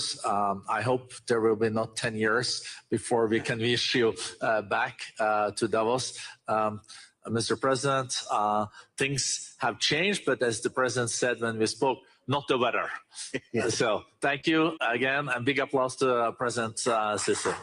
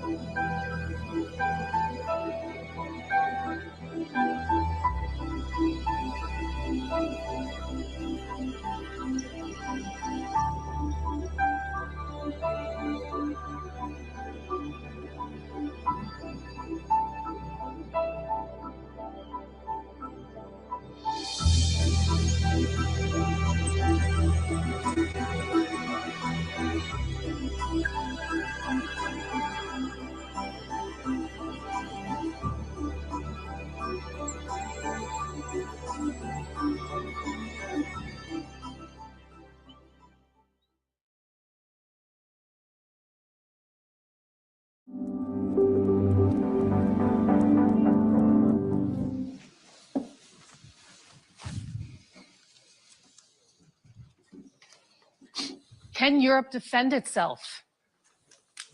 Hello and a very warm welcome to this special edition of Deutsche Welle's Conflict Zone from the World Economic Forum in Davos, Switzerland. I'm Sarah Kelly. We're here with the NATO Secretary General, Mark Rutte, the President of Poland, Karol Nawrocki, President of Finland, Alexander Stubb, the President of the European Investment Bank, Nadia Calvino, and the CEO of Sanofi, Paul Hudson. Welcome to all of you, and thank you so much for joining us. Now, this question, can Europe defend itself, has really been thrust into the forefront as Donald Trump threatens allies over Greenland. As we wait for Trump to deliver a statement in just a few hours, there has been so much discussion in the past few days, not only about the potential for a trade war with Europe, but also even the collapse of the NATO alliance itself. And with that, Mr. Secretary General, I'd like to begin with you, because with the US still a guarantor of European security, are European NATO allies hostage to Trump's demands? Listen, NATO, since 1949, is the transatlantic alliance. And I think we have to be very careful in considering the fact that the US and Canada are not only in NATO to prevent the historic mistake the US made, in their own view, after the First World War, which was retreating from the world stage. And then the long arm of history reaching out to the US again in the Second World War, not wanting to repeat that mistake. They are in NATO because NATO is crucial not only for the defense of Europe, but also for the defense of the United States. For the United States to stay safe, you need a safe Arctic, a safe Atlantic, and a safe Europe. And all the military and all the politicians in the US know this, and we really have to be mindful of this. So when the question is Europe safe? Yes, Europe is safe because of what Europe is doing itself within NATO, but also because we have that strong transatlantic relationship. But we know the history, we know the stakes. Let's talk about the current dynamics. And I'd like to ask you, for perhaps a bit of reflection here, did you ever think that you would ever see one NATO member threaten the territorial integrity of another? I mean, you have now the Prime Minister of Greenland telling his public an attack cannot be ruled out. Listen, my role as NATO Secretary General, when there is tension within the alliance, it has been there in the past between Greece and Turkey. There have been other moments when there was tension. Then my predecessors always took the view that they should not comment on that in public. That's impossible. Why is that impossible? Because as soon as I do, I cannot any longer help to somehow, with others, of course, not me, only myself, but of course with other leaders, to basically diffuse the tension, to de-escalate, etc. That's why you will not hear me comment. You can be assured that I'm working on this issue behind the scenes, but I cannot do that in public. Sorry, no comments from me on Greenland. Well, sometimes behind the scenes comments do become public in various ways, as we've seen in the past few days. That's true. You've talked about security in the Arctic. No matter how you come out of this Greenland row, I mean, it really seems as if the dynamics have fundamentally changed within NATO. You have Macron saying yesterday, we are shifting to a world without rules. Hasn't all of this fundamentally damaged the foundations of NATO, the shared trust, the shared values? Of course, I see that there are these tensions at the moment. There's no doubt. Again, I'm not going to comment on that, but I can assure you the only way to deal with that is, in the end, thoughtful diplomacy. So statements from me will not add anything here. And when it comes to the Arctic, I think President Trump is right. Other leaders in NATO are right. We need to defend the Arctic. We know that these sea lanes are opening up. We know that China and Russia are increasingly active in the Arctic. There are 8 countries bordering on the Arctic. 7 are a member of NATO. That's Finland and Sweden and Norway and Denmark, Iceland, Canada and the US. And there's only 1 country bordering on the Arctic outside NATO, and that's Russia. And I would argue there is a 9th country, which is China, which is increasingly active in the Arctic region. So President Trump and other leaders are right. We have to do more there. We have to protect the Arctic against Russian and Chinese influence. And that's exactly what NATO ambassadors decided to do in September. We are working on that, making sure that collectively will we defend the Arctic region. I'd like to turn to Poland now. You have traditionally been furiously pro-American in terms of, efforts to keep them on board as a guarantor of security in Europe. You've turned the term to the Greenland dispute, and again, this was a comment that I understand you made last week, a matter between the Danish Prime Minister and President Trump. Just briefly, do you still stand by that after everything that you've seen in the past days and weeks? Of course, United States of America are the most important Polish bilateral ally, but we also appreciate a lot NATO. We are the part of NATO, and we feel responsible for NATO. This is the biggest alliance in the history of 20th century. I think, like Mark Rutte, the NATO is stable, NATO is solidifying, but we of course recognize some problems about the Greenland. And I'm looking at the problem of Greenland from the strategic side. We have Chinese, we have Russian. We feel in Poland Russian threat for free centuries even, and we understand it at all in eastern flank of NATO. And if we consider, ladies and gentlemen, that global GDP is consisted of 15% of right. European Union involvement and 15% of United States of America involvement, but according in terms of security, United States of America paying 65% for NATO and Europeans 35%, we have to consider what Donald Trump would like to say about the security, because he's responsible for security of the world as the leader, and he would like to support. Do you really think you can stay out of this? Do you really think you can stay out of this row? Do you really think that, I mean, isn't this the moment right now for solidarity in Europe? Isn't this key to a united and a strong response? There is the necessity of solidarity in Europe, but there is also the necessity of building the good transatlantic relations. And I think that transatlantic relations are very important. We know in Europe, we know, Alex, all my European friends knows how many mistakes had Europe done after and before 2022. And Donald Trump tried to convince our European partners that we have to solidify. And his voice is very important because of the financial, because of the strategic, geopolitical point of view. I, of course, hope that it will be solved thanks to all partners on the diplomatic way. And how far are you willing to go to have good transatlantic relations? Does that mean giving the Americans Greenland, selling the Americans Greenland? How far should European allies go if the Americans do move on Greenland? You know, we have 10,000 American soldiers in Poland. We buy American military equipment, which is the best on the world. South Korean is also very good, but American is... and Finnish tanks you buy. And Finnish tanks. A little bit of a commercial break here, you know? We have the biggest army in East Central Europe. Poland increased the percent of GDP for military service almost to 5%. So we feel responsible for Poland. I believe in Polish soldiers in our alliance, but United States of America for all eastern flank of NATO are very important ally. And those relations are also based on our history. This is the relation of values. We have common independence heroes in Poland and in United States of America. So I think that we should solve this problem on diplomatic way. Of course, I appreciate Denmark voice is natural. It's our partner, Denmark. But I'm looking at the Greenland as strategic point in the geopolitical issue between free world, democracy's world, independence, and with Russia.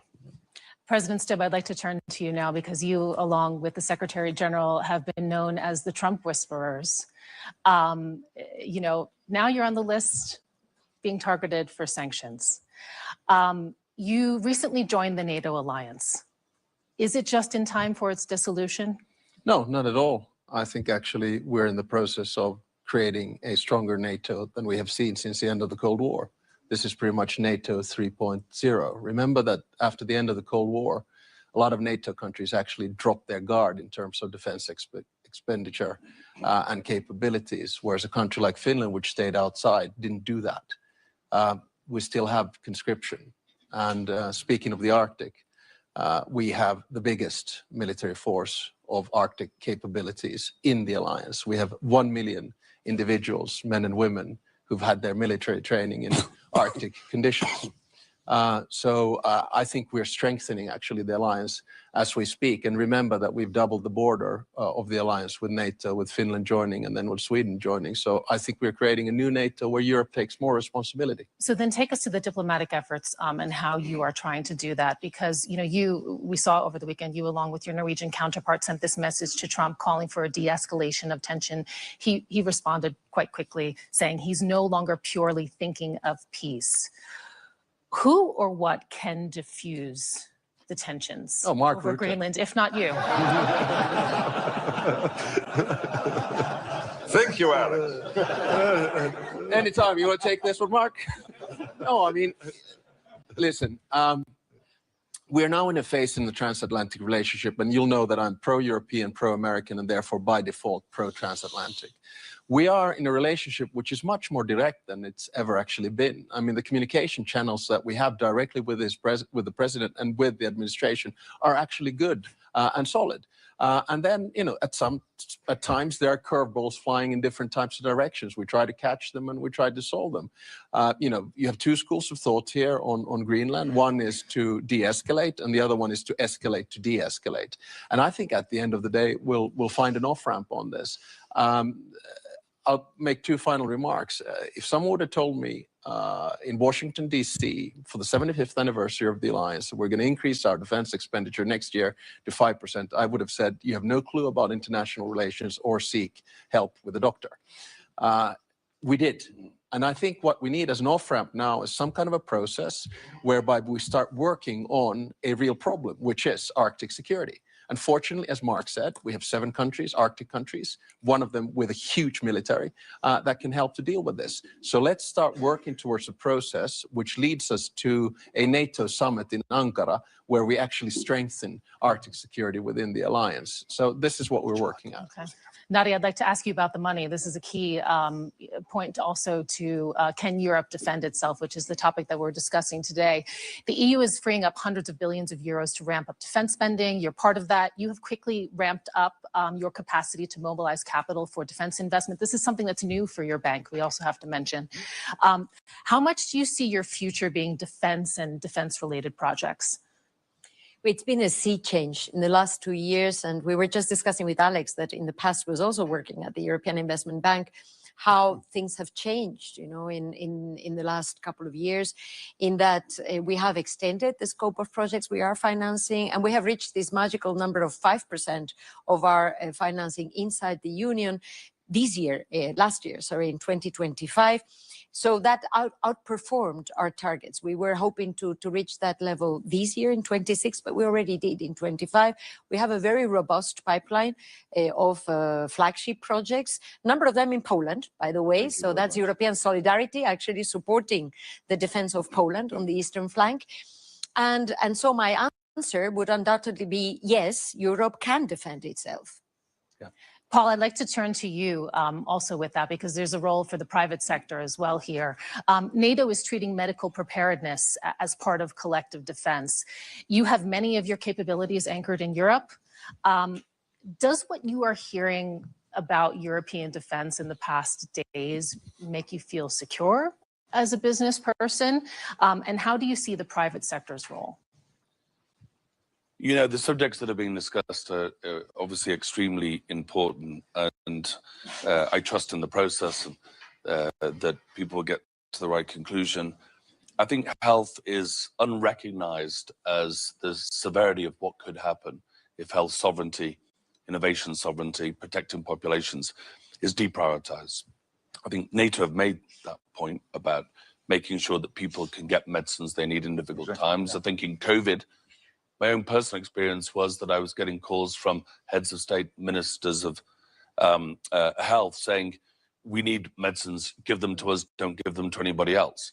It quickly delineated and fragmented, and it worried us greatly, given the importance of trying to work together to find some unity to make sure that we do things for Europe. Now, Sanofi is more than 50% of our manufacturing and R&D spend is in Europe.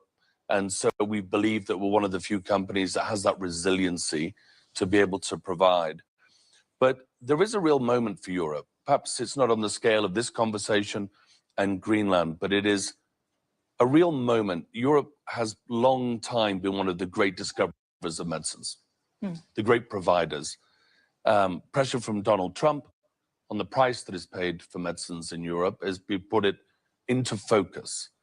And for the first time, China and the US publish more clinical papers, win more Nobel Prizes, discover more medicines than Europe. And Europe's slipping behind. And it's a moment. It is still in control. While I listen to this conversation, sometimes I worry that there's a lot to be managed, escalate to de-escalate.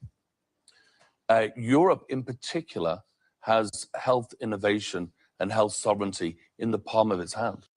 And if it chooses to step forward, it can protect, it can innovate, it can compete. This is a moment not to be squandered. I'd just like to add something and kind of reset us a little bit. We're talking about, can Europe defend itself? And something that's really interesting is that we have not said the word Russia or Ukraine, I think, so far in this conversation. And it just goes to show you actually how the conversation has changed. But I'd like to really take it back to now defense capabilities, the spending that also we were talking about. Polish president, we know that you're already projecting to get to 5% of GDP this year. You're doing all of this spending, hundreds of billions of euros being ramped up, but to still be dependent on the Americans. And I'm talking about key things. So air transport, strategic command and control systems, high-end intelligence. Do you get the sense, especially after the events of the past days, that Europeans are really in a state of urgency to quickly ramp up the ability to handle a protracted conflict without the US? What is the plan B if diplomacy fails? I understand your question, but I would like to assure you that our Polish independence and sovereignty is very strong. The first, I believe in Polish soldiers, of course, in our history and our readiness to fight with everyone who would like to invade Poland. So we felt a strong country on the eastern flank of NATO, but we also believe in diplomacy. It's natural in NATO, our cooperation with NATO, with European Union. Diplomacy is, of course, the part of the security guarantees. But what we can do as the Republic of Poland, that our friends also doing this, I see the president of Latvia, Baltic states, we of course made the decisions to increase the budget for military service. And it was the great achievement of Europe. But what have happened? In Hague, Donald Trump pushed Europeans to increase the military service cost and GDP. Also, European Union need Donald Trump to be pushed by him to increase this budget. It's not good way, and many countries inside Europe still haven't done this. So, we have big problem about the feeling for our security and responsibility for secure European Union. I'm going to get to you in just a second, Mr. Secretary General, of course. But can I President Stubb, I'd like to ask you first. Do you see this sense of urgency for a plan B among your European partners? Is there the need for that? And who should lead the charge? Because, I mean, it's a bit unfair. We're sitting here on the panel with Finland and Poland. You are really doing a lot when it comes to defense, especially Finland. You have this comprehensive approach to defense in your country. Are your partners, are they experiencing the urgency? Who needs to come up with the plan B and lead the charge? Well, I mean, two answers. First is a direct answer to the question of this panel: can Europe defend itself? My answer is unequivocally yes. Without the Americans? Without the Americans, I mean, how? Well, look. But you're relying on them for these key elements. How would you do it at scale and at duration and at intensity? With an assumption that the United States would cut off completely any kind of work. Yeah. Well, if we look at the defense composure of Europe by and large, in a country like Finland, so how do we do it? We have conscription. 1 million have done it. We can mobilized 280,000 soldiers within weeks. We have 62 F-18s. Your next question is going to be, do they fly without Americans? No, they don't. But do we trust that they will continue to fly because it's in the interest of America to do so? Yes. We just bought 64 F-35s. We have the biggest artillery in Europe together with Poland. We have long-range missiles, land, sea, and air. We don't have these because we're worried about Stockholm, right? So, the bottom line is that if you ask me the question that can the Finnish military defend itself against a Russian attack, the whole defense posture of the way in which you do it, yes, we can. But then the second question, which you were alluding to, I think we also have to understand that you fight wars on the battlefield, but you win them at home. And that means that all of us need to focus more on comprehensive security. The civilian side of things. That's why we have civilian shelters for 4.4 million Finns. That's why we have a security of supply where we don't get into any kind of trouble with food shortages, energy shortages, or electricity grids, because we've got this. And this is the, I think, capability that a lot of European states need to do. My absolutely final point. It's all good and well to talk about percentages, but just remember, you don't fight wars with percentages. You fight wars with capabilities, and those you just need to have in stock. Do European NATO allies need to think more about having capabilities that overlap with the United States? Well, this is to hedge their bets. The NATO is constructed like this, that the US, Canada, and the European NATO allies were completely integrated. It doesn't mean that there is the US coming to the rescue of Europe or Europe coming to the rescue of the United States. We are working completely integrated. And for the protection of both the US and Europe, it's crucial that NATO is there. There was one big irritant on the American side with NATO. And the big irritant since Eisenhower was that they were spending, the US was spending so much more than Europe was spending. Even today, the US is spending 3.5% of GDP on core defense. We are spending in Europe average 2% of defense. And here's my question to the audience. I mean, many of you, I know, criticize Donald Trump. But do you really think that without Donald Trump, 8 big economies in Europe, including Spain and Italy and Belgium, Canada, by the way, also outside Europe, would have come to 2% in 2025 when they were only on 1.5% at the beginning of the year? No way. Without Donald Trump, this would never have happened. They're all on 2% now. Do you really think that in the summit in The Hague, as already Alex was saying, sorry, the president of Finland was saying, that we would come to an overall defense spending of 5%, including 3.5% in core defense, if President Trump would not have been re-elected as president of the United States? No way. It would never have happened. So again, I'm not popular with you now because I'm defending Donald Trump, but I really believe we can be happy that he is there because he has forced us in Europe to step up, to face the consequences, that we have to take care more of our own defense. And this is the thing. The Americans still have over 80,000 soldiers in Europe. They are still, including in Poland, in Germany, etc. They are still heavily invested in European defense. And yes, they have to pivot more towards Asia. So it is only logical for them to expect us in Europe to step up over time. And there is this plan already since Jens Stoltenberg, my predecessor, designed it, the NATO defense planning process, to over time make sure that Europe can take over more of these capabilities, of these core enablers from the US to do more of the protection of the European continent. We're still having a strong conventional US presence in Europe, also going forward. And of course, the nuclear umbrella as our ultimate guarantor. But again, I'm absolutely convinced without Donald Trump, we would not have taken those decisions, and they are crucial, particularly for the European and the Canadian side of NATO, to really grow up in the post-Cold War world. Madam Kelly, you are not happy with this answer, I suppose, of Mark Rutte, that we need Donald Trump in the European Union, but we believe in our military service in Poland. I would like to add that Poland won with the Soviets and Bolsheviks. Finland won with the Soviets and Bolsheviks in 20th century.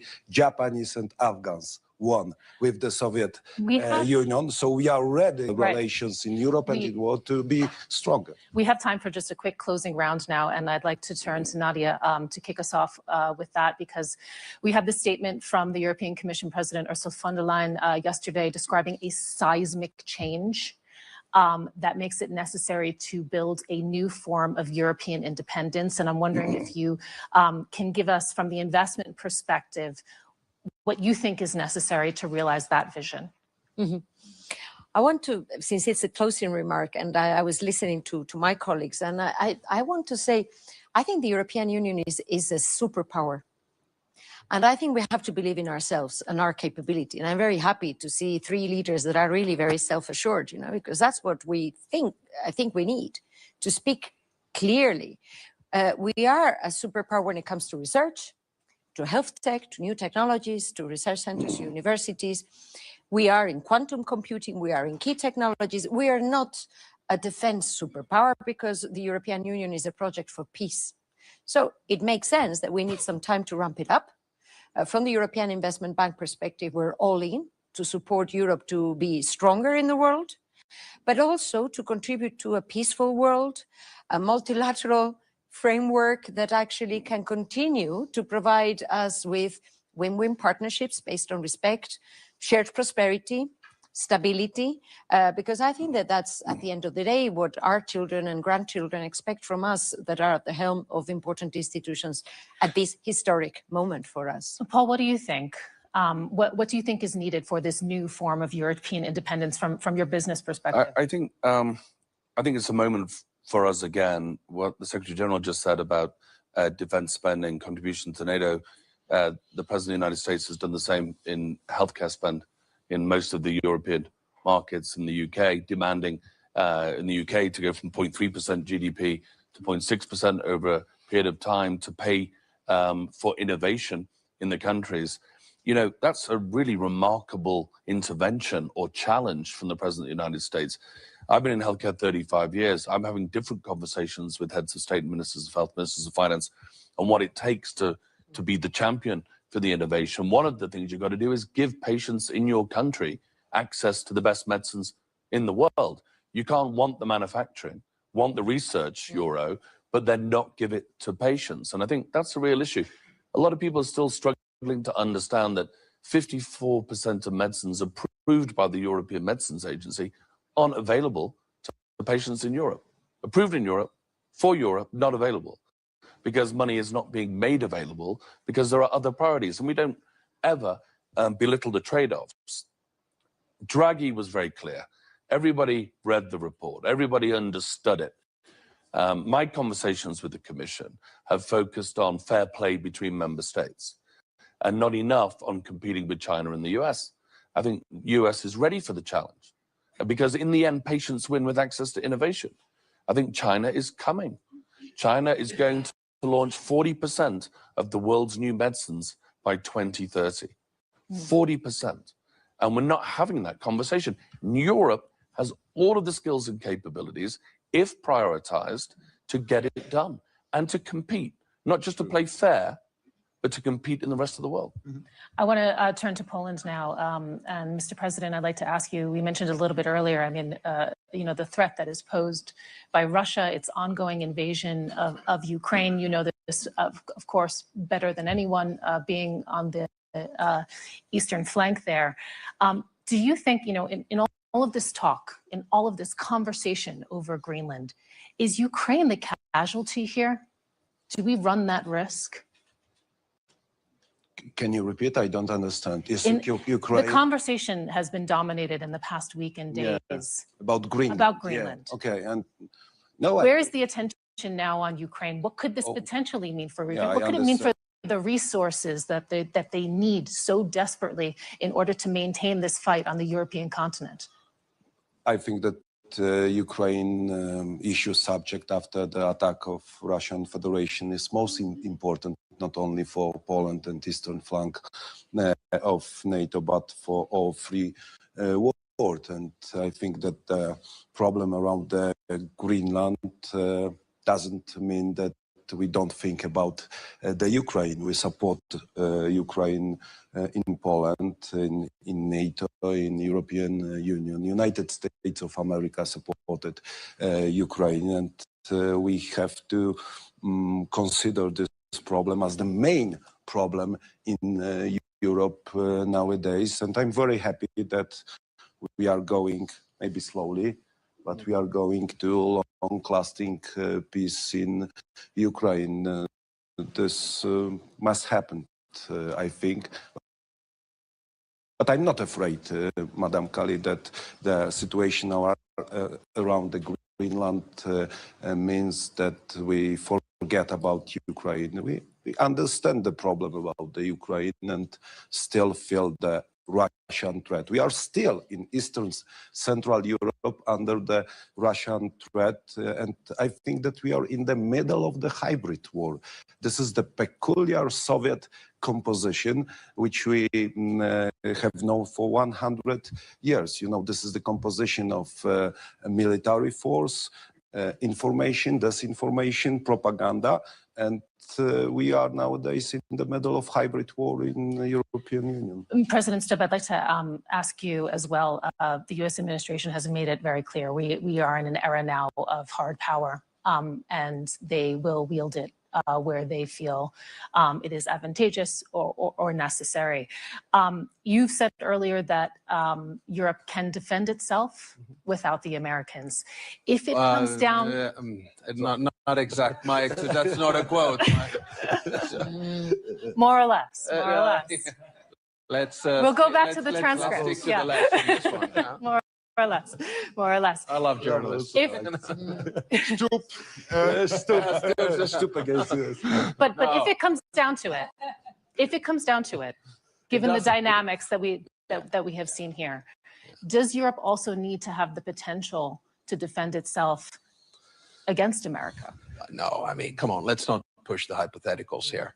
Let's get back. Let's get back to the reality of the situation, and let's put it back into perspective, and especially the war in Ukraine, which Karol there quite well mentioned. Look, what has Russia achieved in the past 4 years? It's acquired 20% of the territory of Ukraine through military warfare, roughly 2%. In the process of doing that, it has provided about 1 million casualties and dead. It has decreased its sphere of influence. You can see the Central Asian countries, you can see the Southern Caucasus detaching themselves from the Russian Empire. You look at the Russian economy right now. If we go with the inflation rates of the 2 first weeks, we're looking at 30% inflation this year, 16% interest rates, zero growth, no more reserves, incapacity to pay the soldiers when the war ends. So I'm more worried about Russia's unwillingness to end this war because they cannot afford to do so than about Russia's capability to win this war because not end this war because they're moving ahead. So let's keep things into perspective. NATO hasn't entered the scene yet, and they have not been able to advance in the past 4 years as much as expected. This war has been an utter strategic failure of President Putin. He increased the size of NATO. He made Ukraine European. He increased the defense budgets of European states. And here we are asking ourselves, shaking, are we able to defend ourselves? My answer is, yes, we are. Secretary General. Absolutely. Secretary General, I'd like to ask for your remarks also on that point. We've been talking about can Europe defend itself? The question is how, and how that evolves also over the next years. Do you ever see a day where European defense doesn't have NATO as the cornerstone? No, I don't. And let's not forget the EU is great. It is 23 countries in NATO of the 32 are also in the EU. But it is only 25% of NATO overall GDP. 75% of NATO GDP is outside the European Union. Let's not forget. That's a fact. The US is by far the most powerful nation on earth. And the President of the United States is therefore the leader of the free world. And you cannot envisage NATO without the leader of the free world being an integral part of that organization. And nobody wants it, not on the US side, not on the European side. He said last night in his presser that he was doubtful whether the Europeans would come to the rescue if Article 5 will be triggered. I tell him, yes, they will. And they did on the 11th of September 9/11 in 2001, when for the first and only time Article 5 was triggered. I have no doubt The US will come to the rescue here. We will come to the rescue of the US, and we need each other for our collective protection. You made a very good point. The risk here is that we focus, of course, on Greenland, because we have to make sure that that issue gets solved in an amicable way. But the main issue is not Greenland now. The main issue is Ukraine. And I agree with everything Alex Stoop was saying, but I'm also a little bit worried that we might drop the ball focusing so much on these other issues. Yeah. And as we speak, Russian missiles and Russian drones are attacking the energy infrastructure in Ukraine. We know that it is now minus 20 degrees in Kiev. We know that Ukraine can only take care of 60% of its own electricity. And yes, it is true. The Russians have lost in December 1,000 people dead, not seriously wounded, dead a day. That's over 30,000 in the month of December. In the 1980s in Afghanistan, the Soviets lost 20,000 in 10 years. Now they lose 30,000 in 1 month. But they still continue the attack. They still increase the attack. And that means that if we Europeans here in NATO are thinking that because of the 90 billion the Commission has been able to bring together with the nations, or because the peace process is moving in the right direction, we can forget about the defense of Ukraine. Don't. They need our support now, tomorrow, and the day after. And yes, great if there is a peace deal. Everybody's working on that. The Americans, of course, are leading that process. Great that the 90 billion is there, but that will only be there in March, April, May, whenever. So that still takes time. So I need the European allies to keep focus on this issue. And what I'm really worrying about is that because of the peace process and because of the 90 billion, we lose sight, and that in the meantime, Ukrainians do not have enough interceptors, have enough American gear particularly they need, because it is not any longer available in Europe, for them to defend themselves. So this focus on Ukraine should be our #1 priority. And then we can discuss on all the issues, including Greenland, but it should be Ukraine first, because it is crucial for our European and US security. I'd like to open up the conversation now to the audience. There's a very high-level audience, we have to say. I'm seeing the President of Latvia sitting in the front row. I believe I also spotted the Defense Minister of the Netherlands here as well. Hey, where's he? Right there. Wave hello. We'll be passing around a mic, and I would like to ask that you please stand up, and that questions are kept brief, because I see many hands going up. Thank you very much. I have a very short question to Section Rutte. There are negotiations about Ukraine, and I fully agree with you that Ukraine is the main challenge, and Russia basically is the main threat. The question is, once we agree that there are some chances for the long-lasting peace, are we as Europe prepared for what would be next with Russia, with this aggressive approach, with a society which is still through the disinformation, educated, let me say, with aggressive approach towards the West? What will happen with those thousands or hundreds of thousands of troops, capabilities, etc., if they won't be engaged in Ukraine? They won't just wait for the better, prosperous future. Are we ready as NATO to take this problem? Thank you very much. Yes, and a brief response, please. We are ready today. There's no doubt. But we have to be ready in 27 and 29 and 31. And this is why what we decided in The Hague to ramp up defense spending to this 5% was crucial. But you also have to ramp up the defense industrial production, and we're not doing it. Not in the US, not in Europe. We are not nearly producing enough. The fact that Poland, which is the closest ally to the US you can find, is buying in South Korea, is because they cannot buy enough in the US or in the European and buying in Finland. And Finland, yeah, but also Finland. Yes, Alex, I love you, but you are not producing enough. Your defense industrial base has to ramp up, and you know it, so please spend time on that. And this is true for the whole of NATO territory. So it is not only money, it's also the defense industrial base, including preparing our other industries, including our car industries, etc., for a moment when there might be a situation where we need them. Russia is on a war economy footing. They spend 40% of the state budget on defense, 200 billion a year, with a spending power with the 200 billion because of the structure of their economy, which is much higher than we can do in Europe. So we really have to be watchful here. Yes, we can defend ourselves today, but we have to deliver on the Hague commitments, not because of Donald Trump. Yes, it equalizes with the US, that keeps them in. but particularly because we have to defend ourselves. Okay. I think in the next round, perhaps we take 2 questions and then we'll have them answered. See many. Yes. Sorry, my name is Andrea Malaguti. What do you think about the board of peace with Lukashenko and Putin for Gaza? Please. One more over here. NATO has 32 countries in the northern Atlantic, and I'm not commenting on things outside North Atlantic area. Sorry, I have too much on my plate already. Thank you. Margaret, could you please comment on Macron's speech yesterday here in Davos? That was very honest. What is your reaction to it? I respect him a lot, and I'll see him later today. And I think he had a speech which was strong on Canadian values and what Canada can contribute to the world. At the same time, I would say this is very good, and Canada is back. When you look at NATO, they were spending 1.3, 1.4%. They got to the 2%. They have now a plan to reach the 5%.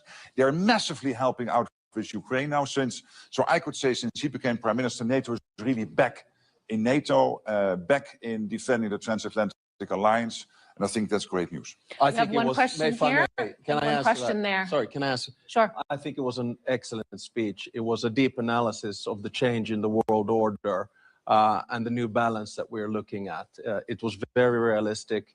It talked about values-based realism as a driver for Canadian foreign policy. All in all, I think one of the best speeches that we've heard here in Davos this week so far. Okay, we'll go first here. Yeah, thank you very much.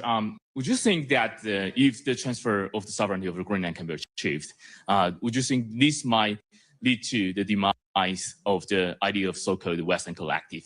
And secondly, that if these things be transferred, would you think that the NATO 3.0, just like the president said, might be veering to something more look like the Warsaw Pact rather than original NATO? Of course, we have a Polish president. You can also correct me. Thank you very much. One question there. I'm Antamer from Saudi Arabia with a Greek mother and an Italian wife.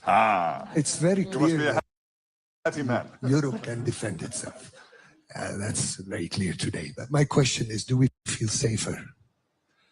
I'm planning to have retired in Europe. Do I feel safer today with all this stock up of military? Yes. As you asked the question, when the war is over, what do you do with all these military? If you want to prevent war, prepare for war. The only way we can prevent the Russians or anyone who wants to do us harm, is to make sure that they know that the reaction we will have is devastating. Today, yes, it is. But if we would have continued with this 1.8, 1.9% defense spending and a defense industrial base, which is not producing enough, we would not be ready in 29, 31. And our adversaries know this. So I know that people are worried that, we are spending more on defense. Yes, we do this to prevent war from breaking out. You have to be strong. We have to be strong against those who wish us ill. I think that what we are doing is still preparing to prevent ourselves for a war. And according in terms of today's main question, can Europe defend itself? I hope that we will never answer this question in terms of kinetic war. And this is our responsibility, leaders of Europe, to think about the future and to be ready for even kinetic war. And I think we try to do this. But one point, if I may add one point which is important, is that Europe's defense is not only about tanks. It is also about health. It is also about win-win partnerships around the world, building strong partnerships and finding alliances that go beyond maybe what we had in the world order of the last 70 years. That is also a way to defend Europe. I want to also put a word for all the actions that are being taken, which go, I think, in the right direction for a stronger Europe. And it's not only about the 5%. It is very important, but it's not only that. Yeah, and can I ask the question from the gentleman there? I think we have we have to understand that the world order is changing, much like it did after 1918, 1945, and 1989. And it's now emerging. And I think we have two options which obviously are not binary. One is a multipolar world, and that multipolar world is about transactions, it's about deals, and it's about spheres of interest. So that's when we go back to the 19th century. A multilateral world is one where you have strong international institutions, rules, and norms. I support the latter, and I think that a majority of the states in the world do that as well. But the multilateral order that was created after World War II was created in the image of the West. Therefore, we need to now change the power structure and give agency to bigger players in the global South. Otherwise, we go back into a dog-eats-dog world, and we try to avoid that. I'd like to thank you so much to everyone. There's a lot of hands still going up. I mean, the conversation, I think, is going to be continuing for quite some time. A relatively eventful day, I think, also ahead of us here at the World Economic Forum in Davos. I know that there are bilaterals also planned as well, a lot of diplomacy, a flurry going on. You have been here with us for Can Europe Defend Itself? Thank you so much for your time, and thank you so much especially for the panelists. Thank you. Thank you. Thank you.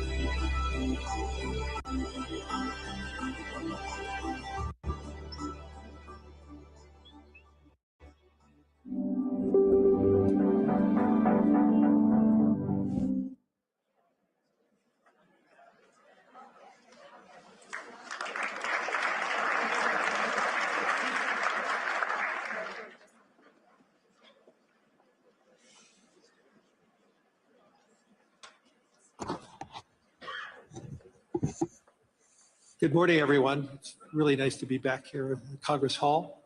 Hopefully everybody had a good day yesterday and are enjoying it today.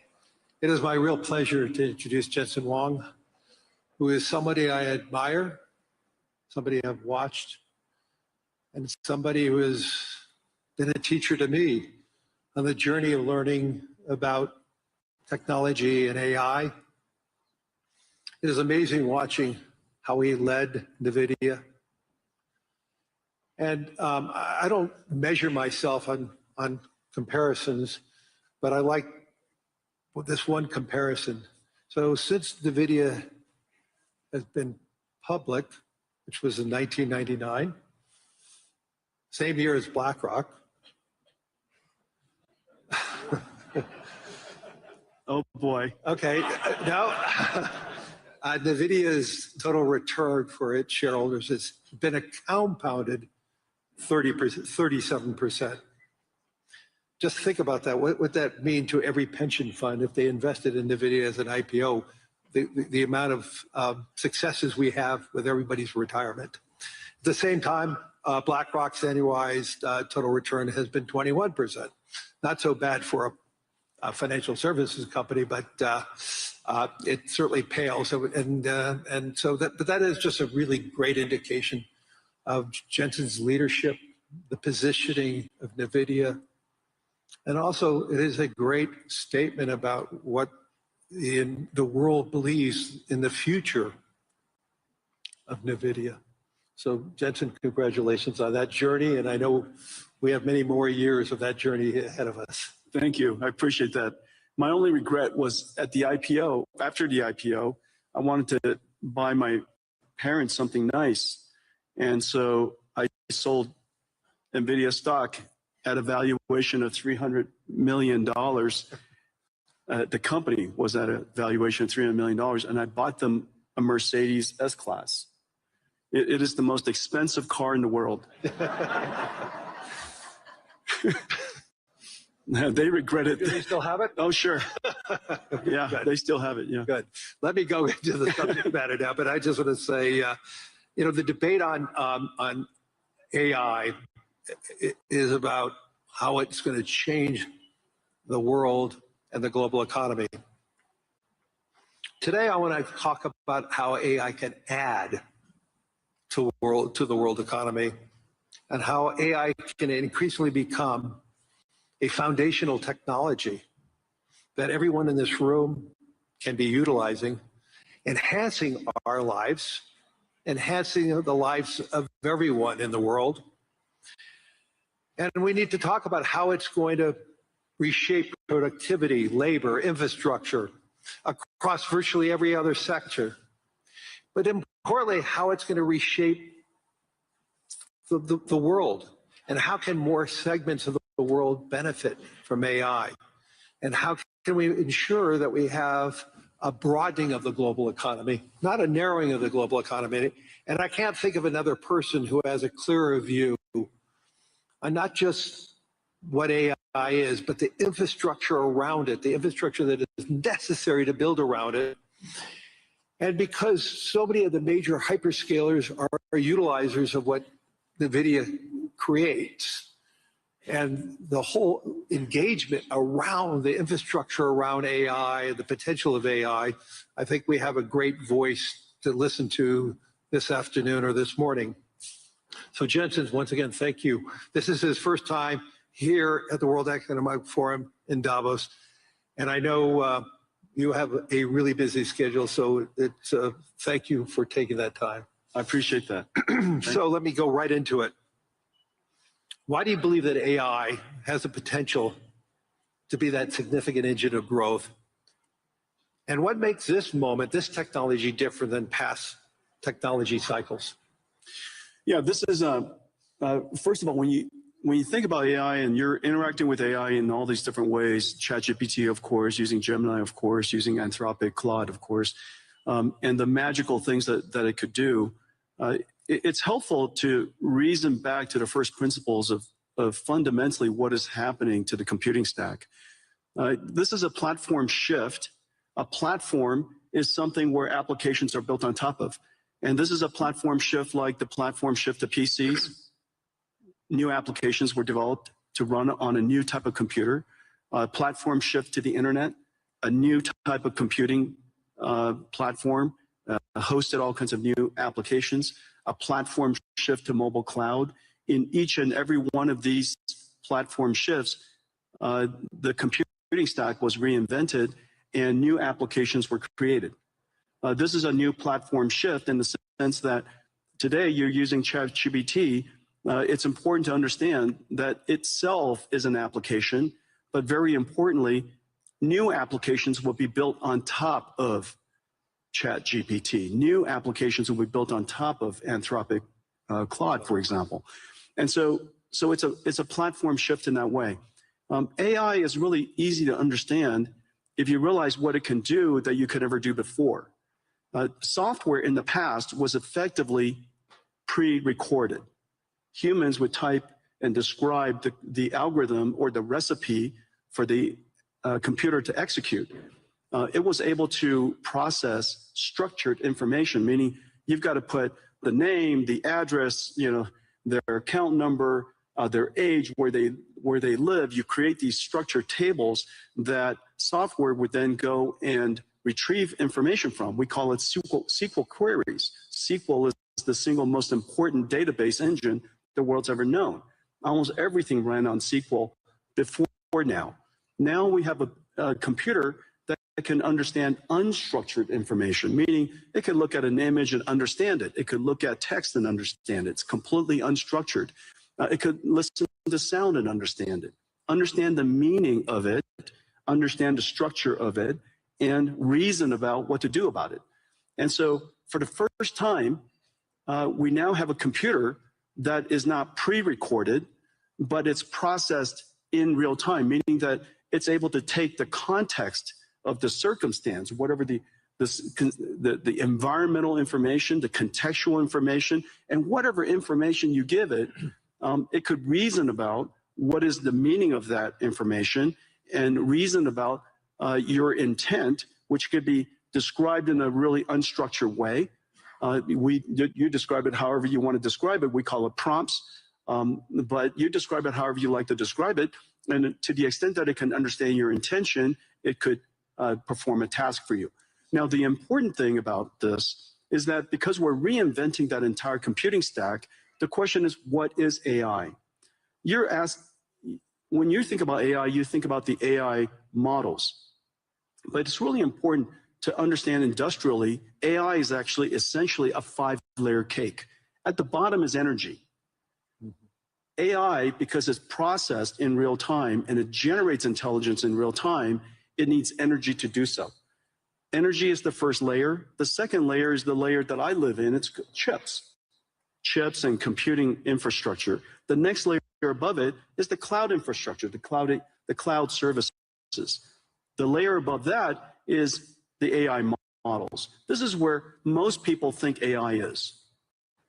But don't forget that in order for those models to happen, you have to have all of the layers underneath it. But the most important layer, and this is the layer that's happening right now, the reason why last year was an incredible year, frankly, for AI, is that the AI models made so much progress that the layer above it, which is ultimately the layer that we all need to succeed, the application layer above that. And so this application layer could be in financial services, it could be in healthcare, it could be in manufacturing. This layer on top ultimately is where economic benefit will happen. But the important thing, though, because this computing platform requires all of the layers underneath it, it has started, and you guys are, everybody's seeing it right now, it has started the largest infrastructure build out in human history. We're now a few $100 billion into it. That's it. We're a few $100 billion into it. Larry and I, we get the opportunity to work on many projects together. There are trillions of dollars of infrastructure that needs to be built out, and it's sensible. It's sensible because all of these contexts have to be processed so that the AI, so that the models can generate the intelligence necessary to power the applications that ultimately sit on top.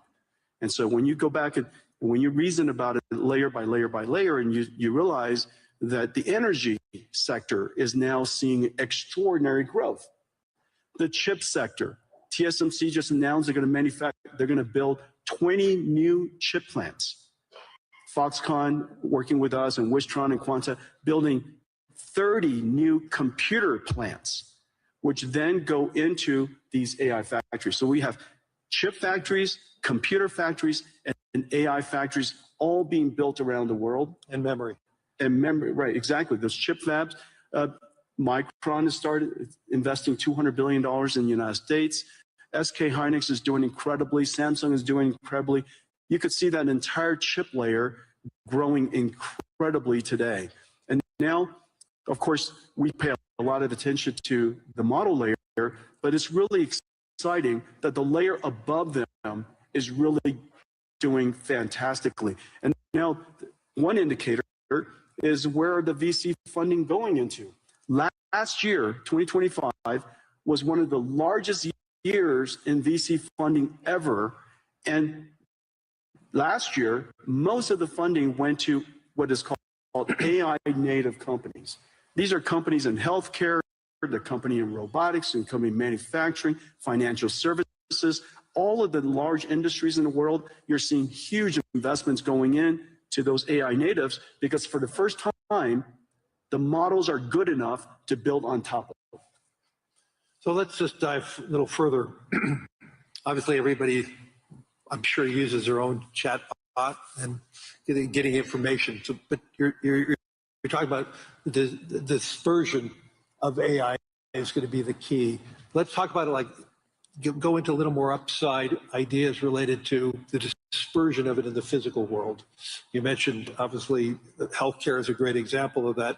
But where do you see the transformational opportunities in areas like transportation or science? Well, last year, I would say last year, I would say three major things happened in AI, in the AI technology layer, the model layer. The first one is that the models themselves started out being curious and interesting, but they hallucinated a great deal. And last year, we can all reasonably accept that these models are better grounded. They could do research.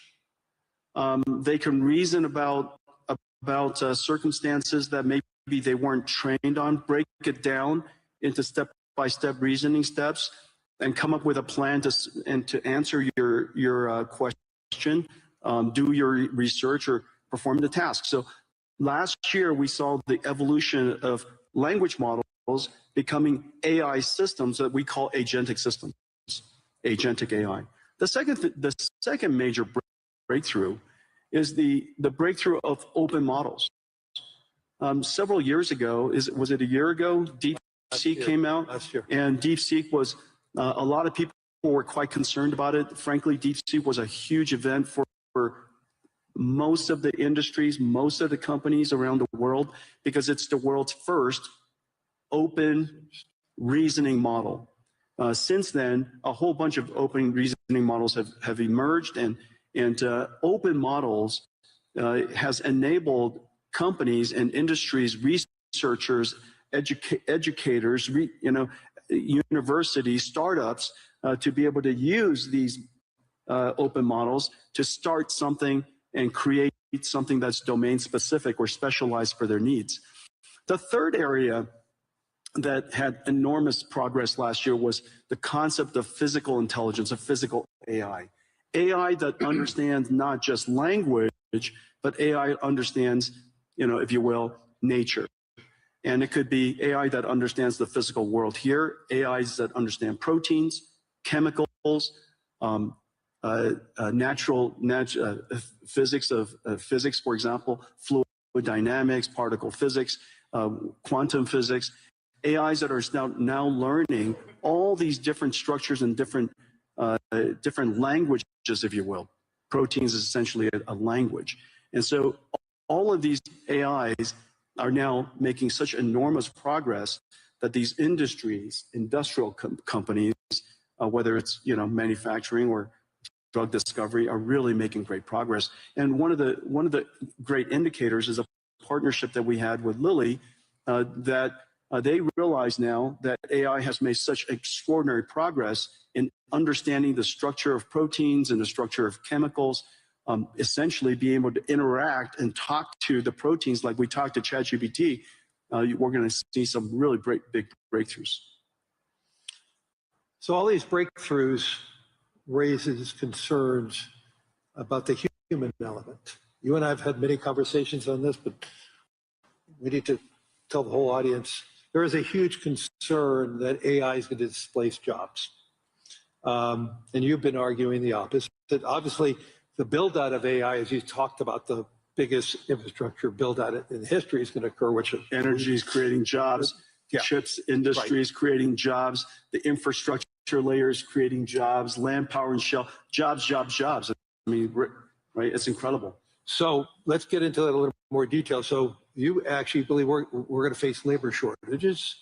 And so how do you see that AI and robotics changing the nature of work rather than eliminating it? Yeah, there's several different ways that we could think through it. First of all, this is the largest infrastructure build out in human history. That's going to create a lot of jobs, and it's wonderful that the jobs are related to tradecraft, and we're going to have plumbers and electricians and construction and steel workers and network technicians and people who install and fit out the equipment, and all of these jobs. We're going to, in the United States, we're seeing quite a significant boom in this area. Salaries have gone up, nearly doubled. And so we're talking about six-figure salaries for people who are building chip factories or computer factories or AI factories. And we have a great shortage in that. And I'm really delighted to see so many people in so many countries really recognizing this important area. You know, everybody should be able to make a great living. You don't need to have a PhD in computer science to do so. And so I'm delighted to see that. The second thing to realize, and so we theorize about the automation of tasks and things like that, and what is the implication to the jobs. You know, I'll just offer some anecdotes. These are real world anecdotes of what has actually happened. Remember 10 years ago, one of the first professions that everybody thought was going to get wiped out was radiology. And the reason for that was the first AI that became superhuman in capability was computer vision. And one of the largest applications of computer vision is studying scans by radiologists. Well, 10 years later, it is true that AI has now completely permeated and diffused into every aspect of radiology. And it is true that radiologists use AI to study scans now. The impact is 100%, and the impact is completely real. However, not surprisingly, I say not surprisingly, if you reason from first principles, not surprisingly, the number of radiologists have gone up. Is that because of lack of trust or is that because the human interaction with the results of AI is a better outcome? Exactly. The reason for that is because a radiologist, their purpose of their job is to diagnose disease, to help patients diagnose disease. That's the purpose of their job. The task of the job includes studying scans. The fact that they're able to study scans now infinitely fast allows them to spend more time with patients, diagnosing their disease, interacting with the patients, interacting with other clinicians. Well, surprisingly, also not surprisingly, actually, as a result of that, the number of patients that the hospital can see has gone up because there are a lot of people waiting a long time to get their scans done. And so now, because the number of patients have gone up, the revenues of the hospital has gone up, they hire more radiologists. This is the same thing as happening to nurses. We're 5 million nurses short in the United States. As a result of using AI to do the charting and the transcription of the patient visits, nurses spend half of their time charting. And now they could use AI technology, and one particular company, Abridged, a partner of ours, doing incredible work. As a result of that, the nurses could spend more time visiting patients. Human touch. That's right. And because you could now see more patients, and we're no longer less bottlenecked by the number of nurses, more patients could get into the hospital sooner. As a result, hospitals do better, they hire more nurses. And so surprisingly, AI is increasing their not surprisingly, AI is increasing their productivity. As a result, the hospitals are doing better. They want to hire more people. You have too many people waiting too long to get into hospitals. And so these are two perfect examples.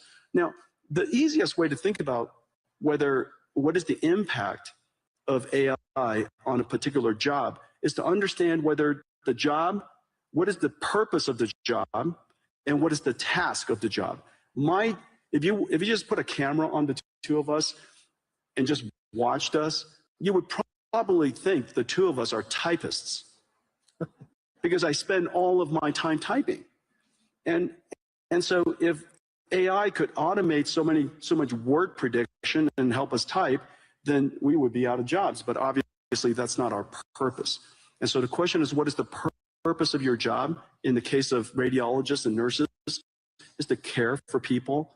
And that purpose is enhanced and made more productive because the task has automated. And so to the extent that you can reason about each one of the people's purpose versus the task, I think it's a helpful framework.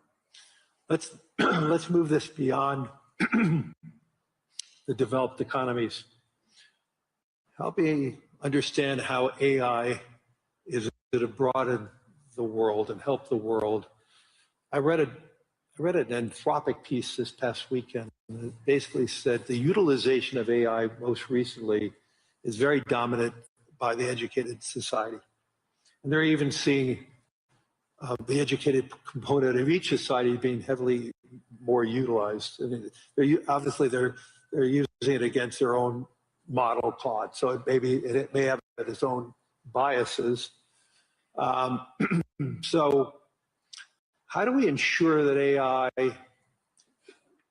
is a transformational technology, maybe like what Wi-Fi and 5G was for the emerging world? And when you intersect that, what does it mean for the emerging world? And John, how do we broaden the global economy? And two, getting back to the whole job situation with robotics and AI, there is going to be some substitution there. And there's substitution in the United States already going on. We may be creating more plumbers and electricians, but we probably need less analysts at financial institutions. Lawyers need less analysts, because they're able to accumulate the data faster. So let's just pivot on to the emerging world for a second, in the developing world. How do you see that play out? Well, first of all, AI is infrastructure, and there's not one country in the world I can't imagine that you need to have AI as part of your infrastructure, because every country has its electricity, you have your roads. You should have AI as part of your infrastructure. Of course, you could always import AI, but AI is not so incredibly hard to train these days. And because there are so many open models, these open models with your local expertise, you should be able to create models that are helpful to your own country. And so I really believe that every country should get involved to build AI infrastructure, build your own AI, take advantage of your fundamental natural resource, which is your language and culture, develop your AI, continue to refine it, and have your national intelligence be part of your ecosystem. And so I think that's number one. And number two, remember, AI is super easy to use. It's the easiest software to use in history, and that's the reason why it's the fastest growing and most rapidly adopted. I mean, in just a couple of 2-3 years, it's coming up to almost a billion people. I think, first of all, Claude is incredible. Anthropic has made a huge progress, huge leap in developing Claude. We use it all over our company. The coding capability of Claude, its reasoning capability, its its ability is just really incredible. And anybody who has a software company really ought to get involved and use it. On the other hand, ChatGPT is probably the most successful consumer AI in history. And its ease of use and its approachability, I think everybody should get involved. And whether it's somebody in a developing country or a student, it is very clear that it is essential to learn how to use AI, how to direct an AI, how to prompt an AI, how to manage an AI, how to guardrail the AI, evaluate the AI. These skills are no different than leading people, managing people, things that you and I do all the time. So in the future, instead of biological, carbon-based AIs, in the future, we're also going to have digital versions of AIs, silicon versions of AIs, and we'll have to manage them. They're just part of our digital workforce, if you will. And so I would advocate that for the developing countries, build your infrastructure, get engaged in AI, and recognize that AI is likely to close the technology divide. Right. Because it is so easy to use and so abundant and so accessible. And so, I'm actually fairly optimistic about the potential of AI to lift the countries that are emerging, and for many people who haven't had computer science degree, all of you can be programmers now, And so in the past we had to learn how to program a computer. Now you program a computer by saying to the computer, "How do I program you?" And if you don't know how to use an AI, just go up to the AI and say, "I don't know how to use an AI. How do I use an AI?" And it would explain it to you. And you say, I like to write a program to create my own website. How do I do that? And it would ask you a whole bunch of questions about what kind of website you would like to build, and then write you the code. And so it is that easy to use, and that's of course the incredible power of AI, which is exciting. Two quick questions, then we're going to run out of time. We're sitting here in Europe. When we were talking about a lot of companies, we mentioned a lot of U.S. companies and Asian companies. Talk to us about how AI and the success of Europe and the future of Europe can intersect, and how do you see NVIDIA play that role here in Europe?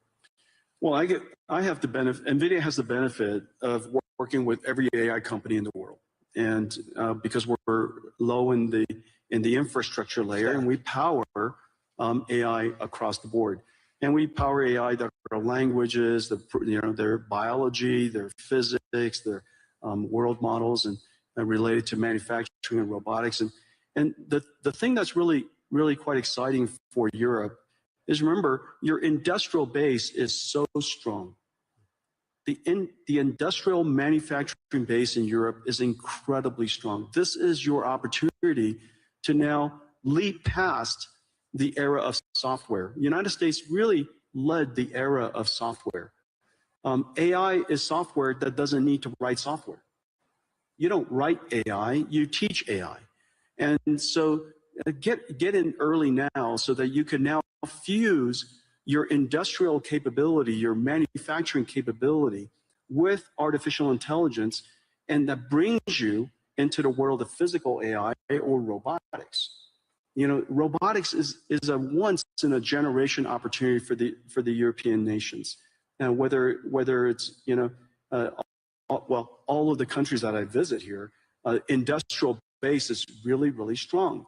The other thing to realize is that so much of the deep sciences are still very strong here in Europe. Right. And the deep sciences now have the benefit of applying artificial intelligence to accelerate your discovery.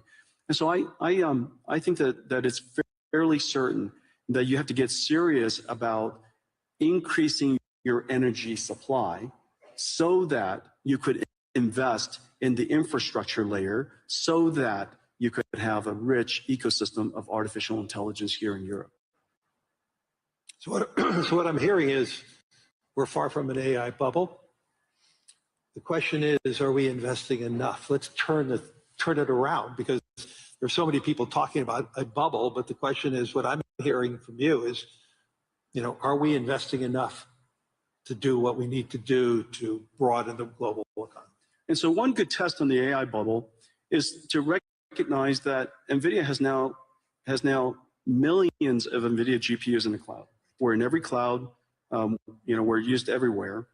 And if you try to rent an NVIDIA GPU these days, it's so incredibly hard. And the spot price of GPU rentals is going up. Not just the latest generation, but 2-generation-old GPUs. The spot price of rentals are going up. And the reason for that is because the number of AI companies that are being created, the number of companies shifting their R&D budget. Lilly is a great example. 3 years ago, most of their R&D budget, all of their R&D budget, was probably wet labs. Notice the big AI supercomputer that they've invested in, the big AI lab, increasingly that R&D budget is going to shift towards AI. And so the AI bubble comes about because the investments are large. And the investments are large because we have to build the infrastructure necessary for all of the layers of AI above it. And so I think the opportunity is really quite extraordinary, and everybody ought to get involved. Everybody ought to get engaged. We need more energy. I think that we all recognize that. We need more land power and shell. We need more trade skill workers. And in fact, that population of workforce is so strong here in Europe. In a lot of ways, the United States lost that in the last 20, 30 years. But it's still incredibly strong here in Europe. It's an extraordinary opportunity you ought to take advantage of. And so I would, I know that where Larry and I work, we see the investment opportunities and the investment scale is going up. The number of startups, as I mentioned earlier, that 2025, the largest investment year in VC history, over $100 billion around the world. Most of it was AI natives. And so these AI companies are building basically the application layer above. And they're going to need infrastructure. They're going to need our investment, and go build this future. And I actually believe it's going to be a great investment for pension funds around the world to be a part of it, to grow with this AI world. And this is one of my messages as so many political leaders. We need to make sure that the average pensioner, the average saver is a part of that growth. If they're just watching it from the sidelines, they're going to feel left out. And we want to invest in infrastructure. Right. Infrastructure is a great investment opportunity. This is the single largest infrastructure build out in human history. Get involved. We're out of time. Hopefully everybody in the audience and everybody on the web streaming is seeing the power of Jensen Huang as a leader, not just a leader in technology and AI, but a leader in business, and also a leader in heart and soul, which is really important today, having that leadership from the heart and the soul. So thank you, everyone. Thank you, everybody.